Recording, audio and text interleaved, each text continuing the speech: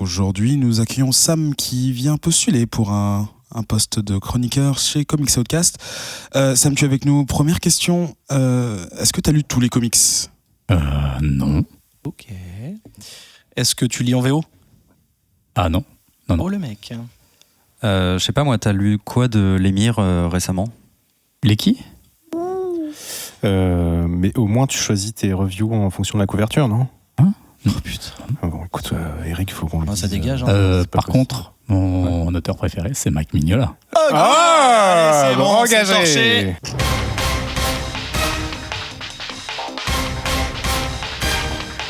Bouya! Wow, c'était fort. Bonjour. Soyez les bienvenus dans ce 87e épisode de Comics Outcast, un podcast pour les curieux et les assoiffés du comics qui, comme nous, souhaitent en découvrir davantage sur cet univers foisonnant dans la bonne humeur, la détente et parfois l'alcool. Non, pas trop ce soir. Je suis Eric pour animer cette émission et à mes côtés, il y a Adrien. Oui, bonsoir. Comment ça va ? Très bien, et vous-même ? Ça va aussi.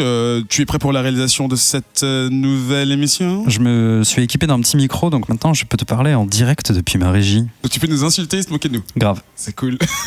Noël dans le viseur, vous n'y échapperez pas. C'est une bonne nouvelle pour certains, une vision de chaleur et de rassemblement, et pour d'autres, une montagne de stress de la hauteur de l'Everest, et à juste titre. Il y a de fortes chances que si vous nous écoutez, en fait, vous êtes déjà le monsieur ou madame comics de votre famille ou de vos potes, ce qui implique qu'on vous demande systématiquement votre avis sur les adaptations ciné de cette année. Aucune échappatoire, vous allez être obligé de mentir pour éviter un débat qui finira sûrement par votre neveu de 9 ans qui vous dira fièrement « Bah tu vois, Suicide Squad, c'est le meilleur film de comics de 2017 ». Avant de vous rendre compte en fait que c'était un film de 2016. Alors je vous propose une sortie de secours qui satisfera tout le monde. Dites oui à tout. La série Inhumans c'était pas si mal en fait. Oui. Est-ce que Spider-Man sera dans le prochain Justice League ? Oui. Oui. Pourquoi Black Widow a les cheveux blonds dans le dernier trailer de Infinity War ? Oui. Voilà. Vous voyez ? Ça a le bon goût de raccourcir les conversations et de sortir du malaise et de ne pas froisser votre interlocuteur. Mais on n'y est pas encore. Aujourd'hui, pour discuter avec nous et moi et Adrien et tout le monde, il y a que Truss. Bonjour. Comment ça va, Eric. que Truss ? Pourquoi tu vas avec une voix aussi calme ? Je sais pas, je me prépare pour France Culture. Ok, c'est pas aujourd'hui. Ok, d'accord. Bon, bah ça va alors. Bouya. Des petites recos, des trucs, quelque chose que tu lis en ce moment ? Oui, absolument. Alors, j'ai commencé Doomsday Clock. Ah, le grand arc de DC. Ouais, et en fait, j'attends le deuxième avec impatience parce que ça défonce. On va dire bonjour à Ben aussi qui est avec nous. Bonsoir Eric. Ah, c'est Radio, Waouh, quoi, Radio oui, là, Courtoisie, c'est- ouais. c'est quoi ? Radio Courtoisie. Je redis RMC, un peu fake. Ok, Ça. si vous voulez. Comment ça va ? Ça va plutôt pas mal. Quoi de neuf Quoi de neuf ? Je lis plein de trucs. J'ai rattrapé mon retard sur Black Hammer, honte à moi. J'ai enchaîné avec Charlotte Frankenstein, qui est le premier spin-off. Et quand on a été au Bouillapéro, Super Bouillapéro, Oui. j'ai acheté Big Guy and Rusty The Boy Robot de Jeff Darrow. Et à cause de notre ami Sam, et oui, à cause de lui, j'ai acheté un truc qui n'était pas prévu, c'est Sanctuaire, un Batman fait en partie par Mignola, écrit et dessiné. Donc écoutez, la vie est belle. Sam, donc c'est un prénom que vous n'avez peut-être pas encore entendu ici, mais on va vous le présenter, c'est le nouveau chroniqueur. En fait, il est pas si nouveau que ça parce que ça fait des mois et des mois qu'il assiste à pas mal des enregistrements et il a déjà participé, en fait, il a déjà donné ses avis sur plusieurs trucs, mais on va pouvoir te présenter officiellement. Comment ça va ? Bonsoir, ça va bien et toi Eric ? Arrêtez de me poser la question. Oui, ça. C'est la cul de merde. Non, ça va très bien. Ça va, l'entretien de bauche, c'était pas trop ardu ? Un peu dur, mais je m'en sortirai. Oui, ça va. Tu nous as séduit avec avec tes réponses. Est-ce que toi aussi, tu as des petites lectures sous la couette ? Ouais, en ce moment je rattrape Trees, Ouais. Ah. j'étais pas en avance. Ça continue ou pas ? Parce qu'il me semble qu'il y a eu des gros problèmes de publication et que. Je sais pas, moi je l'ai entamé là récemment. D'accord. Et tout le run de Batman Metal. D'accord, encore une fois, ce méga arc de fin d'année Ouais. pour DC. En tout cas, bienvenue parmi nous. Merci beaucoup. Et j'ai dit bonjour à tout le monde. Du coup, on va pouvoir parler des réseaux sociaux, Twitter, Facebook, Instagram et le Bouya Comics Club. Ça, c'est pour nous faire part de vos messages et retrouver les avis qu'on a pu donner sur les comics dont on a parlé. @comicspodcast, ça c'est Twitter. Et le Bouya Comics Club, c'est pour échanger entre auditeurs et chroniqueurs les avis sur les derniers films, dernières séries, derniers titres sortis, coup de cœur, quiz, tout ce que vous voulez. Et ça se passe sur Facebook. Comics Outcast numéro 87, c'est parti. Non, alors c'est parti. Pas tout de suite. T'es mignon. D'abord, tu dis est-ce que vous êtes prêts ? Parce que moi, comme ça, je me cale. Non, mais je fais pas toujours. Sinon, Écoute le réalisateur. sinon, c'est chaud, quoi. Est-ce que vous êtes prêts ? Comics Outcast 87, c'est parti. C'est parti.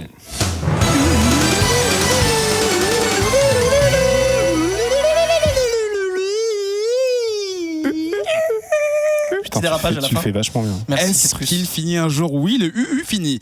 Ben, tu vas ouvrir le bal des revues. Les revues, nous choisissons des comics pour en parler et en espérant vous faire découvrir des titres ou des auteurs que vous ne connaissiez pas et peut-être vous donner le goût de les lire vous-même.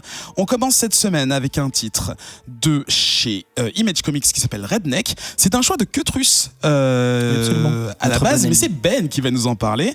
C'est écrit par Donny Cates, dont on a déjà parlé récemment. Oh bah oui, God Country. Illustré entre autres par Lisandro Esteren, c'est sorti au printemps 2007 et on a lu les 3 premiers. Oui, je rajouterais que c'est Image Comics et c'est surtout Skybound qui est un imprint d'Image Comics qui a été créé par Robert Kirkman, Monsieur Walking Dead. Voilà. Donc Redneck, tu as donné tout le casting. Évidemment, Donny Cates, je l'adore. God Country ou Baby Teeth. Et oui, magnifique. Probablement le meilleur comics de 2017, on verra. Donc on est au Texas. Le Texas qui sent la poussière, le tabac et les barbecue ribs. Et on découvre la famille Bowman, une famille un peu particulière dont fait partie Bartlett, lui, son frère qui est aussi le chef de famille qui s'appelle JV ou JV, je sais pas trop comment on dit, ses 3 neveux Seamus, Greg et Slap, sa petite nièce Perry et surtout le très très vieux père qui vit dans le grenier, on sait pas trop qui c'est, on sait pas trop ce qu'il fait. Ça ressemble à God Country, ça. Un petit peu. Il vit dans le grenier, il voit pas trop la lumière du jour. Et si je parle de lumière du jour, c'est pas forcément une façon de parler.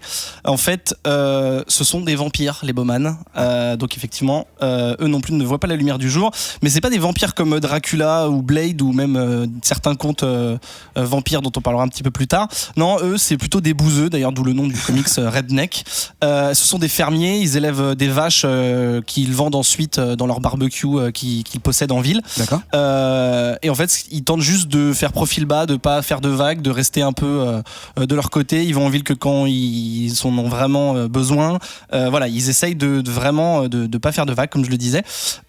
Sauf qu'un soir, les 3 jeunes fils qui ont quand même 60 ans, dont je parlais chez Mus, Greg et Slap, qui sont les fils du chef de famille, décident de partir un peu rigoler en ville parce qu'il faut décompresser un petit peu. Évidemment, ça part en vrille pour une sombre histoire de copine prise pour une stripteaseuse alors qu'en fait c'était pas ça. Ça finit dans une ruelle un peu glauque et avant que ça dégénère, Bartlett qui les avait un peu suivis du coin de l'œil pour veiller sur eux pour le compte de son frère va un peu désamorcer la situation. Ça, tout le monde va bien se calmer, surtout quand il y aura l'arrivée du père Landry qui a une sale gueule, il faut bien le dire, qui est un prêtre ou un curé, je sais pas trop. Enfin, il a le petit col blanc qui dit que c'est un homme de Dieu. Ouais. Et on apprend que c'est la famille Landry et la famille un peu ennemie jurée des Bowman. Donc c'est depuis plusieurs générations ils se bastonnent. Donc voilà, tout va bien. L'embrouille n'a pas eu lieu, mais au moment où Bartlett se dit qu'il vaut mieux se barrer plutôt que de faire une bêtise et que ça parte vraiment en vrille. Au moment où il décide de tourner les talons, il se fait un peu taunter par Landry et là, il se dit qu'il est beaucoup trop bourré pour partir et ça va dégénérer beaucoup. Toujours de l'escalade de la violence, c'est ça les États-Unis un petit peu? Oh, du don. Oh, petite insulte. Ketrus, pardon. Toi, t'as vu le lien avec God Country aussi ou pas Non, pas vraiment. À part. Il est passé à autre chose. En fait, à part les liens familiaux, en fait, les rapports que tu peux avoir avec le grand-père, le père, le fils, la petite fille, etc. Quoi. Là-dessus, tu retrouves du Donny Cates. Mais je sais pas, je crois que tu l'as pas dit en fait. Il y a un pitch. Pardon, pas le pitch de base, mais en fait l'idée importante en fait sous-jacente à cette famille de vampires, c'est que ils ont décidé d'arrêter de mordre et de boire le sang des humains. Et il y a très longtemps. D'accord. Donc ça, vous verrez après l'issue 3, en fait, on a un peu l'historique et tout ça de l'origine en fait de ce choix, etc.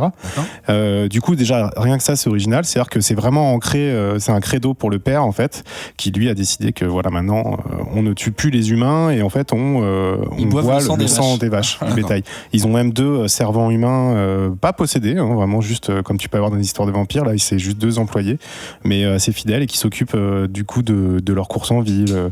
Fidèles, mais on comprend qu'ils ont une dette envers le boss. Oui, voilà. Mais oui. effectivement, ils sont pas vampires. Donc rien que déjà ça, c'est super original. Le fait de le mettre une époque contemporaine, en plein Texas, en plus avec le petit jeu de mots redneck, je trouve ça assez génial. D'accord. Sam, pareil, est-ce que t'as pu rentrer dans l'histoire facilement ?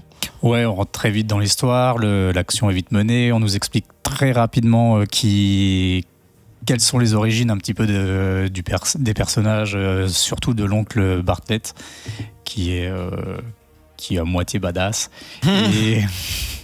et de son frère, le patriarche, quoi, qui lui tient vraiment la famille. On sent très rapidement qu'il y a une contradiction entre ce que pense le père et le grand-père qui lui est enfermé dans le grenier et qui voudrait vraiment revenir à une civilisation de vampires assoiffés de sang, violents, et ça joue énormément dans la balance aussi. La vieille époque contre la nouvelle génération. Ouais. Puis le grand-père, il a vraiment un physique, tu vois, de Nosferatu, quoi. D'accord. C'est avec les oreilles pointues, longs, minces, cadavériques, alors que les autres sont plutôt à forme humaine, en fait. D'accord. À part les dents, effectivement, il n'y a pas grand-chose qui font penser que c'est des vampires, alors que effectivement le grand-père, c'est la chauve-souris quasiment, quoi, tu vois.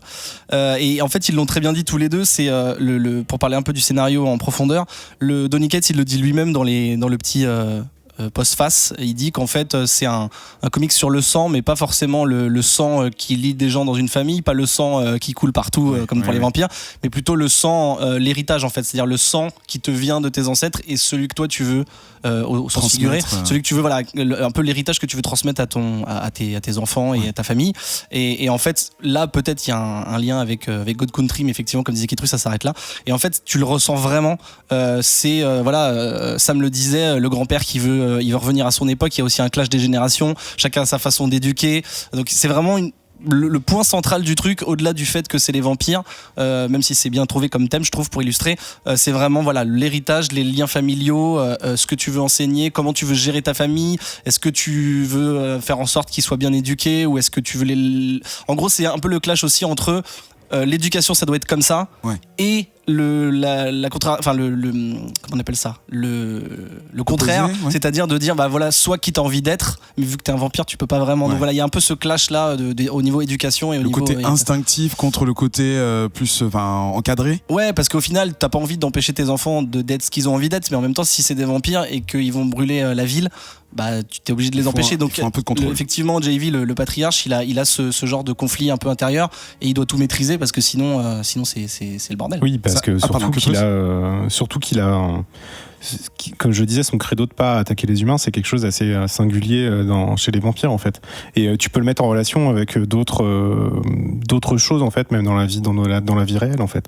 Tu vois, t'es au Texas, je sais pas, pour moi justement, il se met un peu en porte-à-faux avec ce qu'on attend de lui ou ce qu'on attend de ce genre de personnes. Et en fait, il y a beaucoup de réflexions là-dessus, quoi. Est-ce que je reste dans la tradition ou est-ce que je reste sur mon credo, les difficultés que ça peut avoir avec les jeunes générations qui comprennent pas ton choix, parce que là en plus c'est exacerbé parce que lui il est hyper vieux et qu'il a pris cette décision, c'était le Far West, et du coup ce décalage qu'il y a avec les jeunes générations qui le comprennent pas et qui vont justement provoquer cette rupture dans le récit et cette rupture qu'on va nous découvrir, alors que lui ça fait des dizaines et des dizaines d'années, voire des centaines d'années qu'il vit comme ça, et d'un seul coup il se passe un accident, et là ça chamboule tout, et ça chamboule tout ce que lui il a mis en place dans sa famille.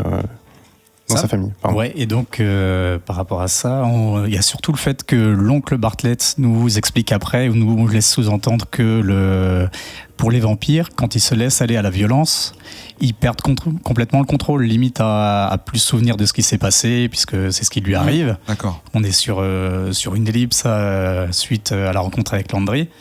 Et on le retrouve le lendemain matin, on a l'impression qu'il est bourré, qu'il n'a plus aucune conscience de ce qui lui est arrivé la nuit, il ne sait pas s'il est responsable ou pas de ce qui s'est réellement passé. Et ce qui lui a fait péter les plombs, c'est aussi l'annonce de Landry qui lui dit « vous allez tous brûler comme la mère des 3 gosses qui est sortie ». Une espèce de provocation. Ouais, et qui nous laisse peut-être penser aussi que JV est peut-être marqué par ça. C'est peut-être ça qui l'a poussé à faire en sorte que les vampires Une espèce de... Je sais pas, vous l'avez lu jusqu'au combien en fait? Moi, je me suis arrêté au 3. D'accord. Moi, j'étais Et toi jusqu'au 4. Ouais, parce que j'en suis au 7 là, et en fait, tout le reste du récit, c'est bon, l'intrigue principale qui évolue, mais en fait, tu découvres tout, déjà ce qui s'est passé dans la famille, l'histoire de chaque personnage, la fille qui a des pouvoirs un peu plus puissants que Bartlett ou même son père, et aussi la famille Landry, l'histoire de cette ville avec les vampires, etc. Donc, moi, je conseille vraiment de s'accrocher sur cette série parce qu'elle est vraiment profonde, quoi. Non, c'est bien. Je voulais juste rajouter sur le scénar que voilà, je pense qu'on peut faire plein de parallèles, comme disait Kétrus, avec des thèmes de la vie. Ouais. Tu vois, notamment le fait qu'ils aient choisi d'être fermiers.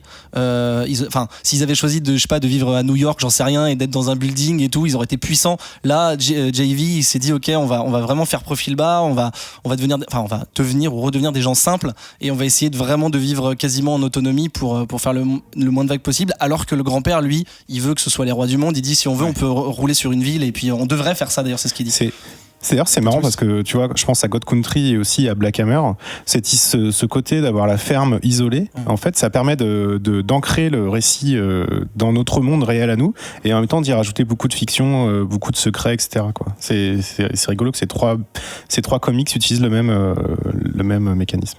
Sam, rapidement. Ouais, je voulais dire que j'y ai retrouvé aussi des thèmes qu'on trouve dans Southern Bastard. Bien sûr. Avec Ouais. un esprit très texan, très violent, l'idée d'essayer de s'en sortir dans un univers qui part en vrille complètement. Et je voulais parler des dessins qui sont quand même assez beaux, ils sont travaillés, ils sont hachurés, il y a des moments, des petites baisses, mais dans l'ensemble c'est assez joli. Ouais, Il y mais a la des couleur, la couleur, ouais. tout le rouge, quoi. Ouais, c'est impressionnant. En fait, j'aurais eu une petite retenue sur le trait en lui-même, un trait un petit peu crado, qui va bien avec le thème au final, mais voilà, j'ai un peu, en fait, j'aime bien, mais des fois, c'est assez inégal en fait en termes de traits. Par contre, effectivement, la couleur, il y a un vrai taf sur la couleur. Dès qu'il y a des situations, tu vois, pour que c'est facile en fait, dès qu'il y a du sang, le rouge, c'est hyper graphique. Oui. Mais que ce soit le rouge pour montrer le sang, pour montrer la colère, il y a du feu, il y a de la terre. Enfin, tu vois, c'est des paysages vachement chauds. Le rouge, couleur du sang, mais aussi. La couleur des Indiens. Mais putain, C'est la couleur de la violence. Mais aussi, qui dit vin, dit pot de vin. Enfin bon, bref. Ok. Ça me va très bien. Non, voilà, effectivement. J'ai juste, peut-être un mini bémol sur les dessins, mais ça m'a pas du tout empêché d'apprécier tout ça, parce que je trouve que finalement, ça fonctionne avec les personnages, ça fonctionne avec l'ambiance et tout. Et voilà, et juste pour redire ce que disait, pour continuer sur la lancée de Sam quand il parlait de cet univers un peu rural et un peu texan. Donny Cates, il le redit pareil quand il raconte son histoire, il dit que sa famille c'était comme ça, sa famille elle en a chié, et c'est pour ça qu'il avait envie de raconter un truc comme ça. Je crois que dans l'issue 2 il parle aussi que son chat est mort, enfin tu vois, il raconte un peu. Non mais rigole pas. Non, ok. Son chat, il est mort. Pardon. Putain. Bref, comme dit Kétrus, c'est mortel, allez-y, issue 7 qui vient de sortir je crois, et Oui. ça claque. Je sais pas jusqu'à où ça va par contre, c'est prévu. C'est ongoing. Non mais il n'y a pas de fin prévue. Pas à ma Une connaissance. non. mini-série, ce serait un truc, ouais, d'accord, ok. Pourquoi pas. Personne ne veut ajouter quelque chose là-dessus. Nous allons donc passer à la deuxième série de cette 87e épisode. C'est pas une série, en fait, c'est un volume complet, c'est un one-shot comme on dit. C'est une sélection de Ben, ça s'appelle Mr. Higgins Comes Home. C'est écrit par... Je te laisse le dire. Roulement de tambour, on peut le dire tous les trois vu qu'on est tous les trois des 1, 2, 3. Ouais. Mike Mignola. Ok, donc Mike Mignola, Et pas pour Marc. les autres, illustré entre autres par un Warwick Johnson Cadwell. Attends, excuse-moi, parce que tu l'as fait aussi pour Redneck, quand tu dis entre autres, c'est parce que t'es pas sûr, du coup tu veux Non, pas te c'est parce tromper. qu'en fait j'ai... Non, parce que Alors, dans pour mon Redneck producteur- c'était le Non, même non, pas gars, du tout. et là c'est le même Non, gars. en fait, je t'explique, c'est que j'ai fait des petites cases et que si je mettais coloriste, c'est pas un truc carré, donc il y avait 5 Ok. cases au lieu de Dans 4. les deux cases, Donc ça me là pour saoule. l'instant c'est le même gars qui fait la couleur et le même gars qui fait le dessin, donc On ça va va, dire pour ça. l'instant t'es ok. Et c'est sorti en fait très récemment, il y a 1 ou 2 mois, en octobre. Et c'est toi, Sam, qui va nous le présenter. Oui, tout commence du coup dans un petit village loin entre les Carpates et la mer Noire. Encore des vampires ou quoi? Encore des vampires. Eh bah tiens. Absolument, on y rencontre Monsieur Meinhardt, qui est une espèce de professeur de l'occulte spécialisé dans la question des vampires, et son acolyte Monsieur Knox, qui sont à la recherche d'un certain Monsieur Higgins. qui ont rendez-vous avec un certain monsieur Higgins pour rencontrer le comte Golga. Qui est... Golga, ça ressemble à des trucs connus un peu légendaires, non? Oui, tout à fait. Comme des histoires de vampires. Ah, je veux dire fantôme, mais c'est pas ça. C'est le truc où on hésite un peu, genre il va dire, mais dis-le. Du coup, messieurs, vous l'avez aussi vu? Lu, oui. Mais attends, mais t'avais fini? Oui, t'avais fini? Non, je demande. Pas tout à fait. D'accord, je te laisse continuer. Non, parce qu'on n'a pas envie de spoiler, mais en même temps. Vas-y. Ouais, c'est assez compliqué. Il y a très peu de pages. C'est assez court. C'est vraiment un petit conte en soi. Et donc, Monsieur Meinhardt va à la rencontre de ce Monsieur Higgins qui se trouve dans une sorte d'hospice géré par des nonnes et il cherche à le pousser, à l'emmener au château du comte Golga. D'accord. Pour pouvoir arrêter tous ces vampires durant une messe noire, un petit peu regroupement de vampires un peu ignobles. Et ce monsieur Higgins a été prisonnier pendant un certain temps de ce château et se retrouve, lui, loin de sa femme, qui a été mordue par ces vampires et qui... j'ai peur de spoiler. Non, bah écoute... Et qui nous raconte très rapidement en fait que depuis qu'il est passé là-bas, il a changé, il n'est plus le même. Et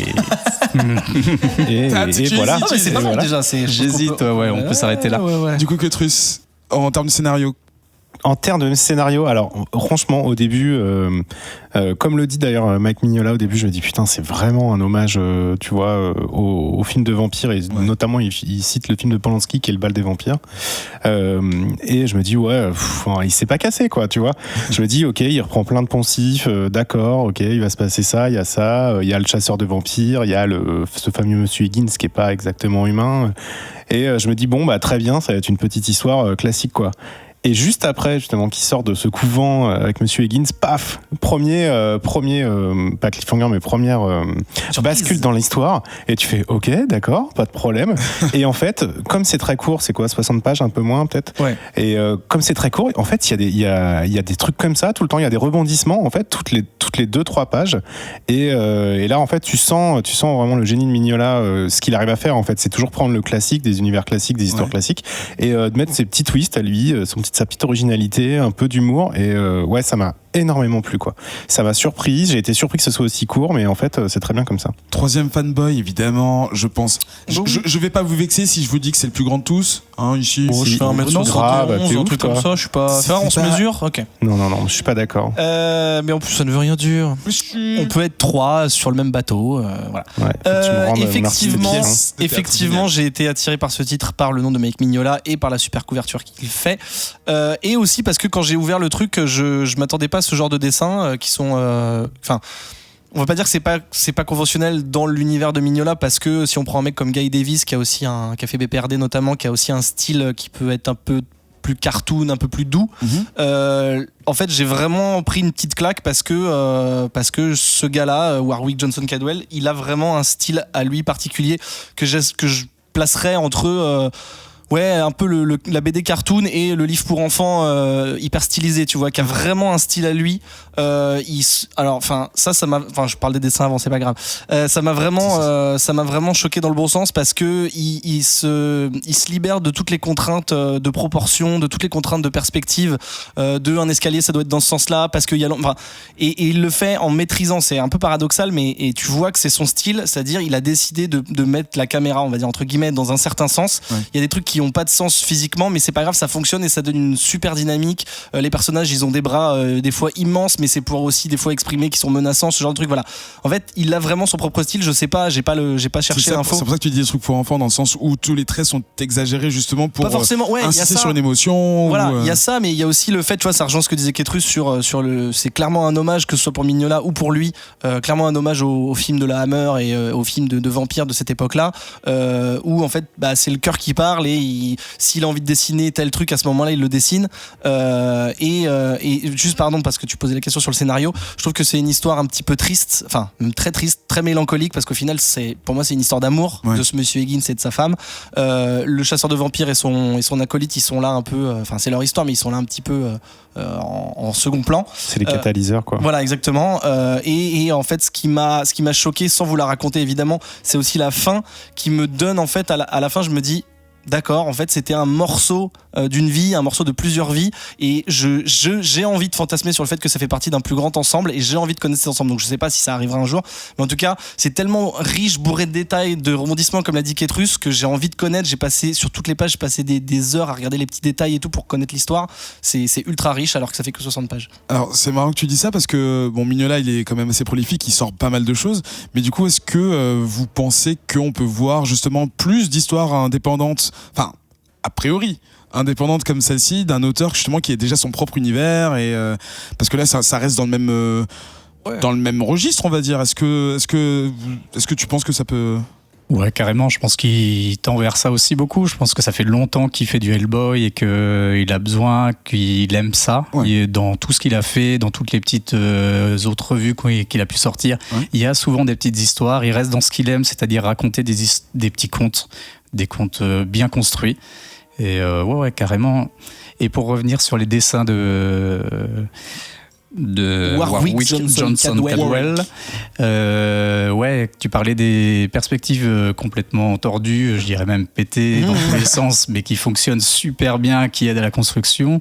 On y retrouve quelque chose du cabinet du docteur Caligari, de l'expressionnisme allemand, qu'on pouvait déjà dire à une autre manière de Mignola, et mais de façon très différente. Et c'est super classe, c'est tout à fait le genre de graphisme qu'on pourrait retrouver dans un donjon, par exemple. J'allais le dire, ouais.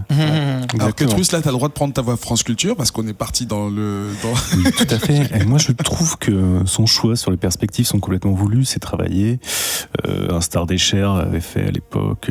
Non, pas du tout. Enfin, du coup, pour les perspectives, en fait, on a l'impression que c'est fait à l'arrache, mais moi, je trouve que c'est pas du tout fait à l'arrache. Faudrait qu'on vous poste des images, des exemples sur le Bouya Comics Club, par exemple, ou sur la page de l'épisode.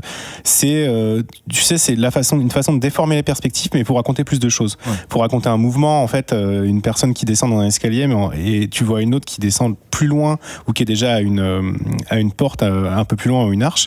Et en fait, c'est pas possible, mais en une case, déjà, c'est joli, ça te donne un effet de profondeur, mais ça te permet de raconter plusieurs choses en une seule case. C'est-à-dire que tu sais qu'il y a eu un mouvement, tu sais que quelque chose se passe, quoi. Et je trouve que, malgré ce côté enfantin, ça raconte beaucoup de choses, et ça permet aussi de rajouter au fantastique, de vous dire, attendez, on est dans une demeure de vampires, on n'est pas dans la réalité.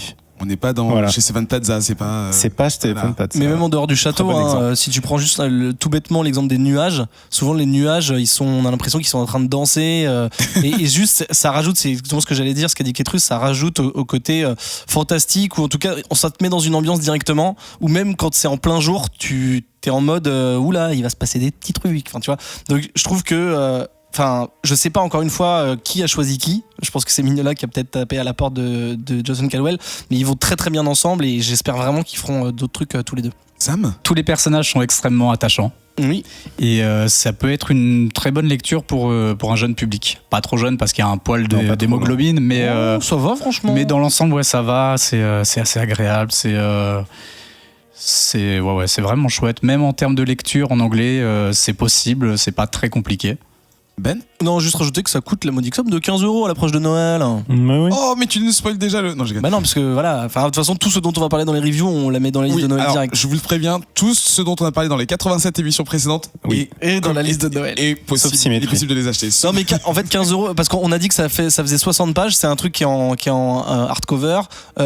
Pour moi, c'est un bel objet, et ça vaut son prix, même s'il y a 60 pages qui correspondent à peu près à 2 issues, tu vois. Donc c'est un poil plus cher, mais c'est un beau livre.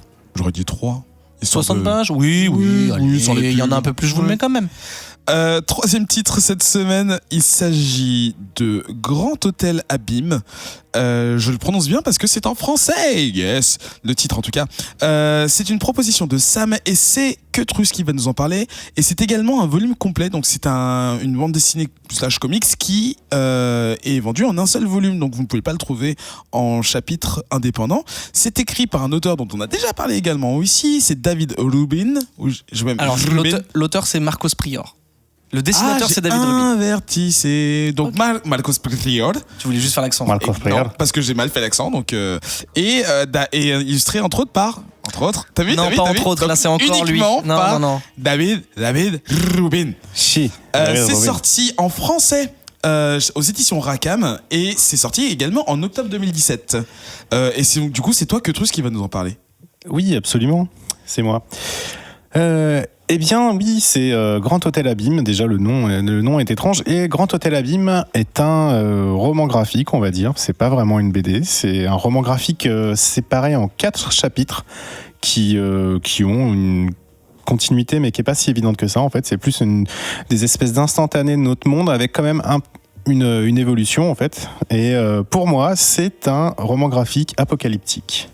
Apocalyptique dans notre futur proche. C'est-à-dire qu'en fait, c'est notre apocalypse. C'est comment nous allons faire en sorte que notre monde se transforme en un monde horrible, autoritaire, qui marche sur la tête. Je sais plus comment on dit exactement. Oui, c'est comme ça. Marche à l'envers. Ouais. Alors pourquoi ? Parce qu'en fait, au tout début donc du prologue, j'avais dit qu'il y avait 4 chapitres, mais il y a un prologue. On a en fond un homme assez musclé qui fait des pompes dans une chambre d'hôtel, pardon.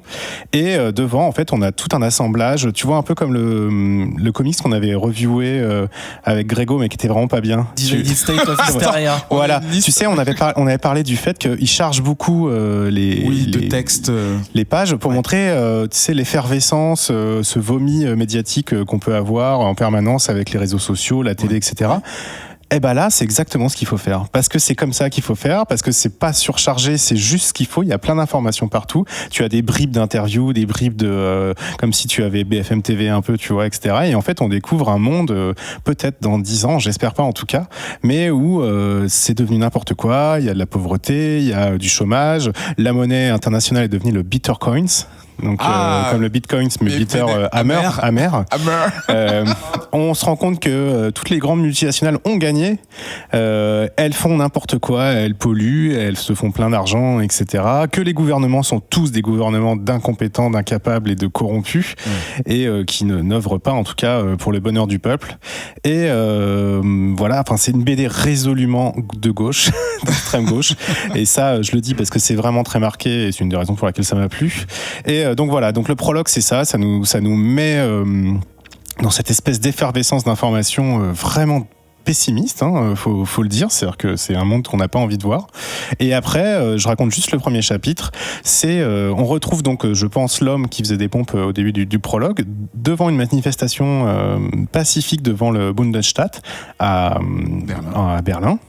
Et donc t'as des policiers avec genre tu vois en CRS donc un peu plus moderne que maintenant avec des espèces de matraques électriques, on sait pas trop, des grands boucliers anti-émeutes avec marqué American Express, Visa, des pubs dessus.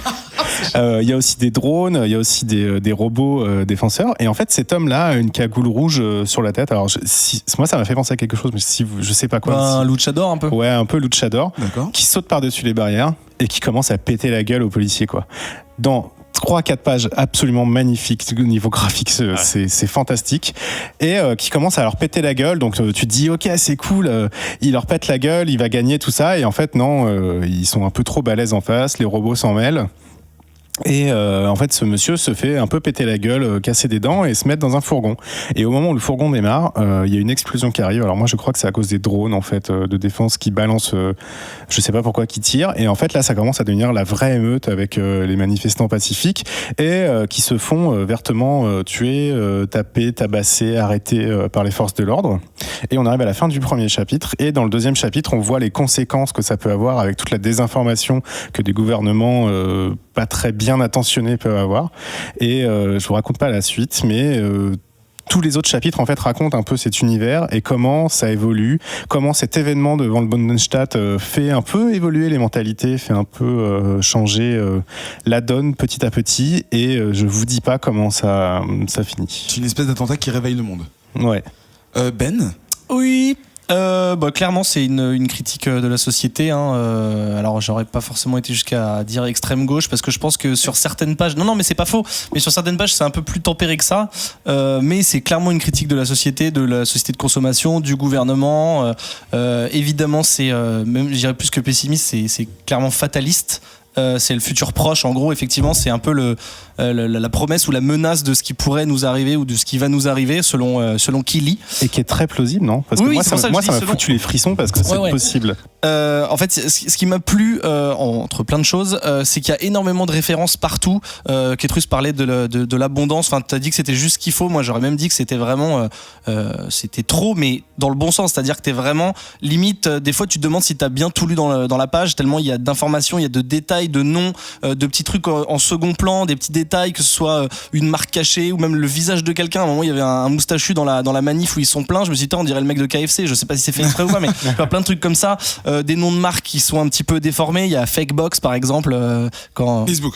Ouais. Il y a ePay, j'aime bien ePay. eBay. Et mon préféré, c'est Willy Wonkapédia. Ah oui, quand t'as besoin de savoir quelque chose, tu vas là-dessus. Vu que voilà, c'est un petit peu du bullshit.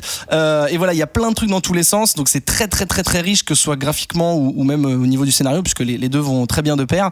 Et voilà, et ça critique pas que le gouvernement politique. Ça critique aussi les flics, les pompiers. À un moment, les flics et les pompiers se battent entre eux. D'ailleurs, mention spéciale aux pompiers et à leurs combinaisons qui sont, on dirait, qui viennent de l'espace. C'est trop bien. Mais ça critique aussi les citoyens, et quel que soit leur bord politique et leur bord culturel. Et en fait, ce qui est intéressant, je trouve, c'est que Kétrus a parlé d'événements qui vont vraiment partir en vrille et ça va avoir des conséquences, etc. Et ce qui est intéressant au fil des chapitres, c'est qu'on a le point de vue de plusieurs personnes. Que ce soit des personnes qui sont étalées sur plusieurs pages ou juste sur une case, parce que tu sais, il y a vachement d'interviews de passants, qu'est-ce que vous pensez de ça, les news et tout ça, et il y a beaucoup d'informations, c'est très riche. Je pense qu'en le lisant une ou deux fois, là je l'ai lu une fois et demie, je pense que j'ai pas encore l'entièreté de la richesse du truc, voilà. Ouais. Et voilà, et ce que j'ai aimé, c'est aussi ce discours. Ça parle beaucoup d'art, l'art au sens large du terme, la philosophie, etc. Et l'art, enfin la liberté de l'art et la prison que peut être la consommation, et de te dire voilà, t'es qu'un objet et t'es prisonnier. D'ailleurs, le Hôtel Abîme, c'est ça, ils le décrivent un peu en disant les gens qui se complaisent un peu dans la richesse et dans le consumérisme, en fait ils sont dans un hôtel, tu vois, ils sont bien, on leur sert des trucs, mais en fait ils sont dans l'abîme, ils sont perdus en fait. Donc c'est un peu comme ça qu'ils traduisent ça. Et ça parle aussi de construction et de destruction. C'est pour ça il y a des manifs, tout le monde défonce tout, mais en même temps, est-ce qu'on peut construire un futur, etc. Hyper intéressant. Sam ? J'ai beaucoup aimé. À la base, je suis parti vraiment sur le fait que c'était David Rubin qui dessinait. Ouais. Donc il n'écrivait pas, comme je l'ai dit. Ouais. David Rubin, que vous avez présenté sur Ether et que moi j'ai connu avec Le Héros, chez Rackham aussi, qui est magnifique également. Et ce qu'il faut dire déjà sur Grand Hôtel Abîme, c'est que c'est vraiment pas une histoire de personnage. C'est une histoire d'une révolte. Le personnage qu'on nous présente au départ et qu'on l'envoie sur la couverture n'est pas le personnage qu'on suit. Il est sous-jacent, il est l'étincelle qui fait péter un monde. C'est ça. Et le premier chapitre est assez fou. Moi, il m'a rappelé un petit peu le Dark Knight avec toutes ces émissions de télé qui passent, ces informations. Et c'est super bien monté. C'est tellement, enfin, je dis monté, mais c'est vraiment ça. On a l'impression d'être dans un montage vidéo. C'est tout est coupé, les informations se recoupent jusqu'à recréer une phrase à partir de différentes informations. On est vraiment dedans. C'est marrant que tu parles de montage et justement d'un aspect un peu peut-être cinématographique, mais il y a aussi le format de la bande dessinée qui est particulier. Ouais, et les auteurs en parlent justement en postface. Ils expliquent qu'à la base, ils avaient commencé à faire les storyboards en format vertical, et ils se sont dit mais non, c'est pas possible quoi. On va forcément vers de l'horizontal. Ils citent même Miller qui disait que la bande dessinée a plus vocation à être horizontale et que le format vertical est un héritage du roman. D'accord. Et que Pour le sens copier de lecture plutôt, ouais. est plus de gauche à droite et fonctionne mieux à l'horizontale. Et c'est assez C'est parce qu'ils intéressant. prennent pas le métro, parce que c'est chiant une BD horizontale C'est clair dans le métro. que c'est chiant, je l'ai pas lu dans le métro pour le coup. Ouais, non, c'est pas pratique. Mais tu parlais aussi du combat entre les policiers et les pompiers, ça m'a tellement fait penser à Gang of New York. Ouais. L'arrivée des deux groupes de pompiers qui se battent plutôt que d'éteindre l'incendie. On est totalement là-dedans. Ça me fait aussi beaucoup penser à V pour Vendetta. Ah oui, bah bien sûr, clairement. À une idée qui essaye d'émerger et qui passe par la violence. C'est très violent, c'est très dur. C'est pas conseillé à un jeune public. De toute façon, c'est très compliqué. La lecture n'est pas simple du tout. On a des ellipses, ça ressemble plus à un pamphlet qu'une histoire de personnages. En gros, regardez ce qui peut se passer si on laisse tout déraper. Tout à fait, ouais. Quetrus ? Juste pour reprendre, c'est vrai que c'est pas forcément une BD d'extrême gauche, je peux pas faire plus longtemps. C'est plus une BD, moi je dirais altermondialiste en fait, quoi, qui étudie un peu et qui nous met un peu le nez dans notre merde actuelle en disant regardez, là il y a des choses qui se passent. Est-ce que vous voulez vraiment que ça devienne comme ça ? Et du coup c'est une BD qui est exigeante parce que ça demande de tout lire en fait, Oui. et parfois de relire pour vraiment comprendre ce que la personne a voulu nous dire. Tu vois, on parlait des pompiers, on donné ils vont sauver des gens dans un immeuble en feu. Chaque personne fait un peu des choses différentes, dont un qui écrit à la machine à écrire, c'est assez rigolo. Et en fait, à chaque fois qu'ils viennent sauver ces gens-là, en fait, t'as leur bio. Alors, soit c'est une bio genre sur Facebook, donc Fakebox, c'est ça. Non, c'est Willy Wonkapédia sinon. Alors Fakebox, et en fait, tu vois le profil de la nana, le profil du mec. C'est les pompiers qui scannent. Ouais, c'est les pompiers qui scannent en fait, ou sinon t'as Willy Wonkapédia ou d'autres choses. Et en fait, c'est marrant parce qu'au début, tu as l'impression que c'est juste un décor, tu vois, des pages et que tu pourrais les passer. Et en fait, moi au début, j'ai fait ça et je fais attends. Il y a plein d'infos. Je crois qu'il veut me dire des trucs en fait là-dedans. Et en fait, tu lis leur bio, tu lis leur truc. Et en fait, c'est ça, c'est en mode pamphlet. En fait, c'est vraiment un instantané à l'époque. Un peu comme, je sais pas comment on pourrait dire ça, un peu comme c'était Vanilla Sky où il y avait plusieurs histoires séparées en fait, des personnes à la fin qui se rejoignaient. Ouais. Et je vois un peu ça comme ça en condensé et beaucoup plus court, mais ça me fait penser à ça dans la narration. Emmanuel aussi. Oui. Ben ? Manuela plutôt. Oui. Je pense clairement que Prior et Rubin ils ont voulu déjà, je pense qu'ils forment une super équipe et je pense qu'ils ont voulu ils veulent mettre la pression en fait. Ils le disent dès le départ, hein, ils disent il y a un petit dans la toute première page, il y a un genre message important, attention, ce que vous allez lire ça va peut-être bouger votre conscience, on a envie que vous soyez les Tyler Durden, référence à Fight Club. Enfin peut-être qu'une fois que vous aurez lu ce bouquin, vous allez vouloir brûler les rues, enfin en gros, je paraphrase pas tout à fait, mais et voilà, je pense qu'ils ont voulu foutre la pression et ça se retrouve évidemment dans le discours mais aussi dans le dessin. Et évidemment David Rubin, pour moi c'est un de mes coups de cœur de ces dernières années. Je trouve son travail magnifique, notamment sur Ether et sur Black Hammer. Ouais. Et je trouve qu'il arrive aussi à foutre une pression graphique en fait. Donc on a parlé de toute cette richesse de détails et tout, et parfois en fonction de la situation, des fois t'as une action pleine page où il va y avoir 1 million de détails à lire, 1 million de trucs que tu vas te manger dans la gueule et tu vas comme si t'étais plongé dedans un peu en mode en vision subjective pardon, et des fois l'action se découpe en plein de petites cases où c'est aussi comment on dit ça, chapitre 2, ouais. Voilà, c'est aussi lourd à encaisser, mais c'est pas tout à fait le même genre de pression. C'est plus léger, je pense. Voilà, c'est plus léger, mais en même temps, tu sais, ça part dans une espèce de dynamique où en fait souvent c'est une technique où t'as une seule image qui est découpée en plusieurs cases, mais c'est toujours qu'une seule image. Et parfois moi j'avais juste l'impression de voir un genre de dessin animé, tu vois, de suivre l'action comme ça de façon fluide. Et parfois t'as des moments d'accalmie où t'as des images assez vides ou en tout cas assez calmes et assez plates. Et je crois, en tout cas moi je l'ai reçu comme ça, je crois que cette alternance de pression relâche, ça fonctionne. Enfin sur moi ça a fonctionné. Où, au bout d'un moment j'étais vraiment dedans et des fois je m'attardais sur une page en me disant ok, qu'est-ce qui se passe, faut que je pose mon esprit 2 secondes. Et des fois c'était vite, faut que je tourne la page, qu'est-ce qui se passe et tout. Donc je pense qu'ils ont vraiment réussi. L'action qui file. Voilà, ils ont vraiment réussi à allier le discours à l'image et je trouve que ça fonctionne vraiment bien.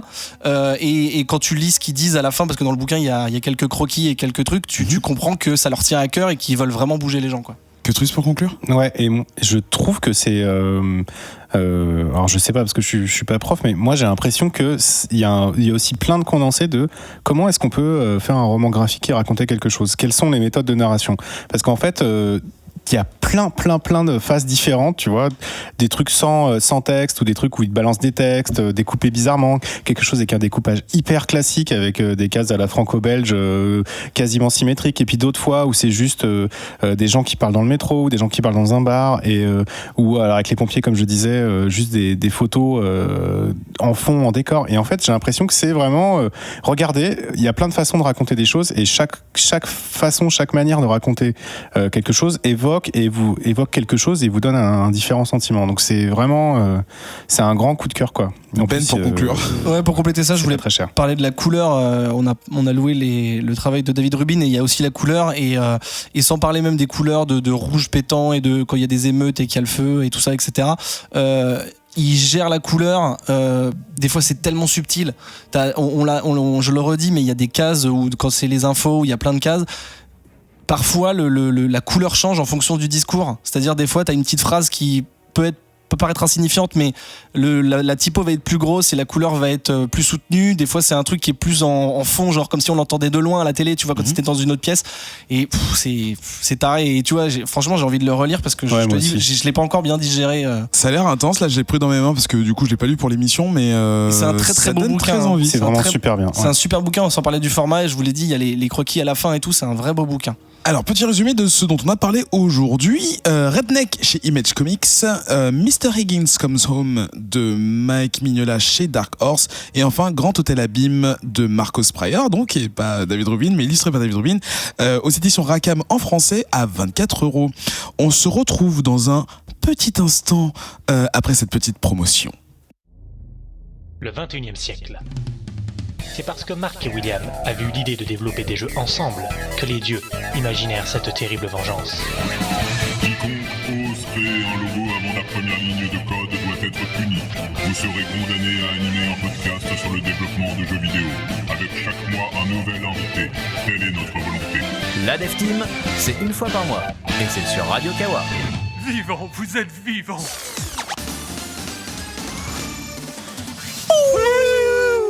Bouillard. De retour dans ce... Le mec dit bouillard alors qu'on n'est pas au début de l'émission. T'es tellement un thug. Il s'est entraîné. Bouillard. Oh, le mec bouillard. Yeah. Il s'est entraîné super longtemps pour ça. Je crois que c'est Koh-Lanta. Oh, j'ai cru, je suis déçu. C'est Supergirl. Ah, c'est ça. Calmez-vous. Je peux accueillir les auditeurs à nouveau là. Deuxième partie de ce 87e épisode de Comics Podcast, toujours en compagnie de mes chroniqueurs, du réalisateur et de moi-même. Tu peux pas être en compagnie de toi-même, si c'était pour faire ça. Attends, mec, je suis en compagnie de moi-même et de tellement plus. Tu peux pas être... De tellement plus. Si seulement t'avais idée. Je pense que c'est ça. Oui. Non, dans ma tête. Arrêtez, Eric.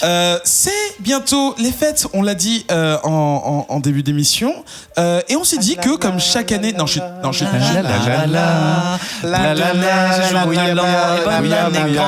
mélange plein de trucs en même temps. Boule de neige et jour de l'an. Non, c'est. Bah, c'est les paroles. Le vent sifflant, soufflant. C'est beaucoup plus poétique. Tu tapes Christmas Lyrics, c'est bon. Christmas Lyrics, un truc en français. Donc tout ça pour dire que donc le vent d'hiver arrive, hein, bonne année grand-mère, et c'est l'occasion de faire plaisir à ses proches ou à soi-même. C'est mieux soi-même, hein. Surtout quand t'es fini, qu'un enfant roi. Mais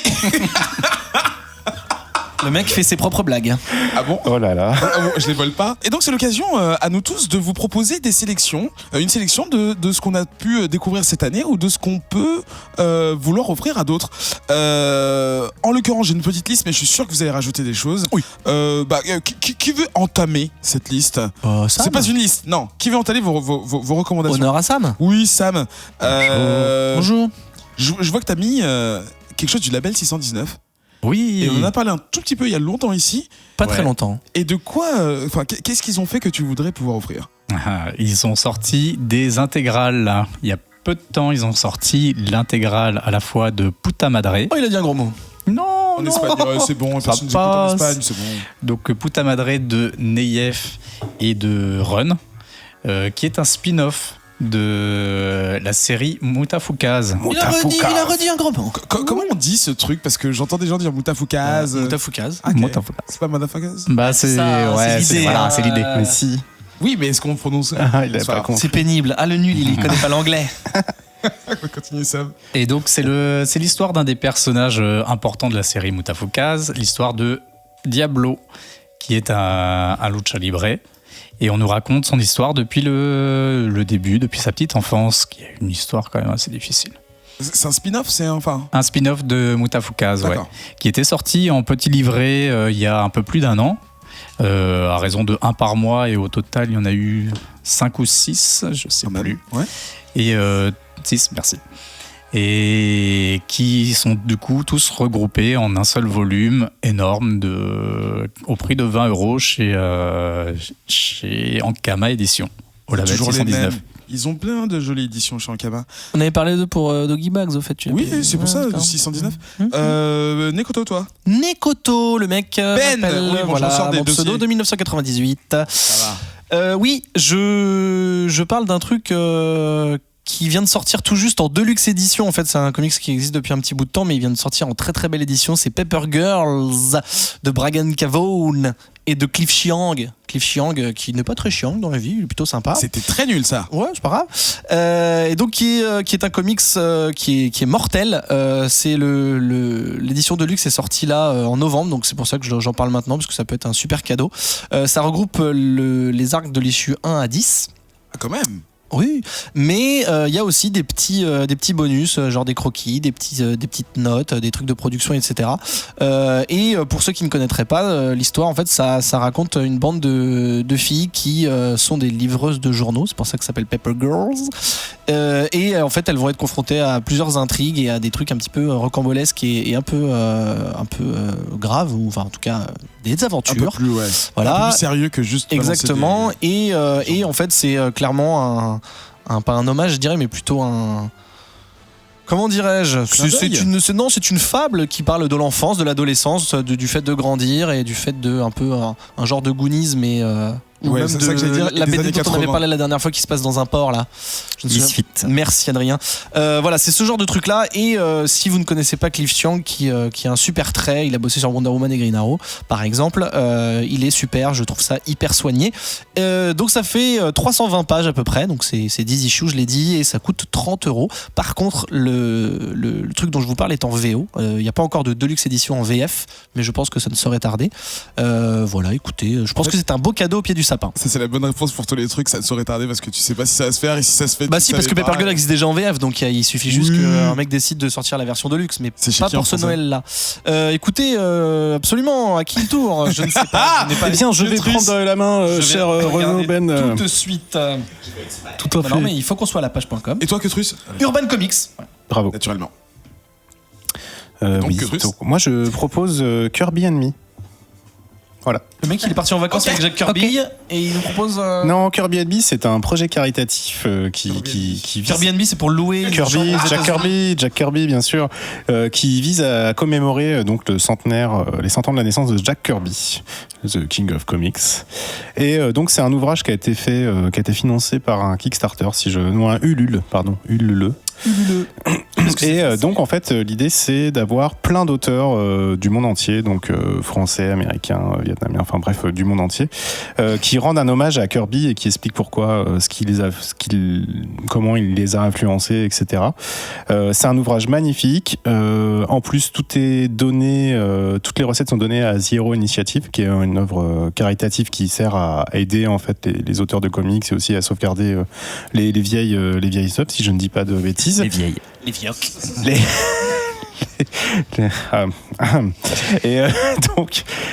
Donc il n'y en a pas beaucoup. Faut chercher dans vos magasins de comics, parce que c'était, je crois, à 5000 exemplaires, si je dis pas de conneries. C'est un superbe ouvrage à 45 € que je conseille à tous les fans de comics et de Jack Kirby surtout, mais pas que. Et voilà. Oui, parce que Tirage limité, donc. Sur les 500 dont tu parles, il y a déjà 5000, pardon. Je crois que c'est 5000 exemplaires. C'est déjà réservé pour tous les gens qui ont backé sur le Ulule déjà. Oui, mais il y en a dans les magasins, et tu peux encore commander en fait sur leur site. Tu leur envoies un mail et en fait ils te. Donc en gros, c'est très serré pour l'avoir. C'est très serré. C'est vraiment un bouquin magnifique et voilà. Ketrus ?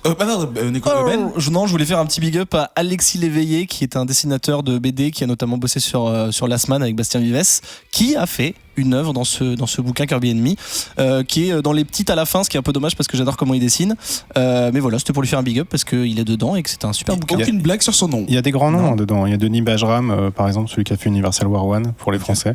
Il y a Dadato, enfin il y a pas. 6 lettres, c'est pas un si grand nom que ça. C'est vrai. C'est un très beau bouquin. Cette émission dérape. Ça... Oui, bah bon, en deuxième choix, je vais vous proposer. Oh le mec, il enchaîne avec son deuxième choix. Ouais, le deuxième choix. Eh ouais, j'ai de l'avance sur vous. T'as failli partir sur un accent que j'aurais pas apprécié. Non, pas du tout. C'est toi qui as l'esprit mal placé. Ouais, Non. mauvais esprit. Grave, toujours. Non, je voulais vous parler de quelque chose qui n'est pas un comics. Tu fais un ça commence, HLB à l'intérieur du... Vas-y, laisse-le parler là. Wesh. Je voulais vous parler du manoir Lego du Joker, qui est issu du film The Lego Batman Movie et qui a l'air exceptionnel. C'est environ 280 €, donc c'est pas gagné. Mais il est vraiment très très chouette. Mais si tu Beaucoup mets de ton figurines. anniversaire Noël avec ta mamie qui rajoute avec ton tonton, Tu crois que j'ai le droit? tu peux demander. Tu peux cumuler. Je peux demander. Il est super beau. Du coup, c'est le Joker qui s'est réapproprié le manoir Wayne. Et il y a au total une douzaine de figurines. 2 fois le Batman, 2 fois le Joker, 2 fois Batgirl et 2 fois Robin, plus d'autres personnages, Alfred et tout ça. C'est magnifique. C'est pour les enfants, quoi. Absolument pas. Les grands enfants. Non, mais les Lego ça tue. Y a pas de jeu de mots. Lego Saturn. Non, Lego ça tue. Go, Ben. Non, en fait, je voulais voler la place à Sam parce que je voulais enchaîner sur un truc qui concerne Jack Kirby pour faire une belle transition, mais il parle tellement bien que je n'ai pas osé. Le 4e monde de Jack Kirby, qui est en anglais Fourth World.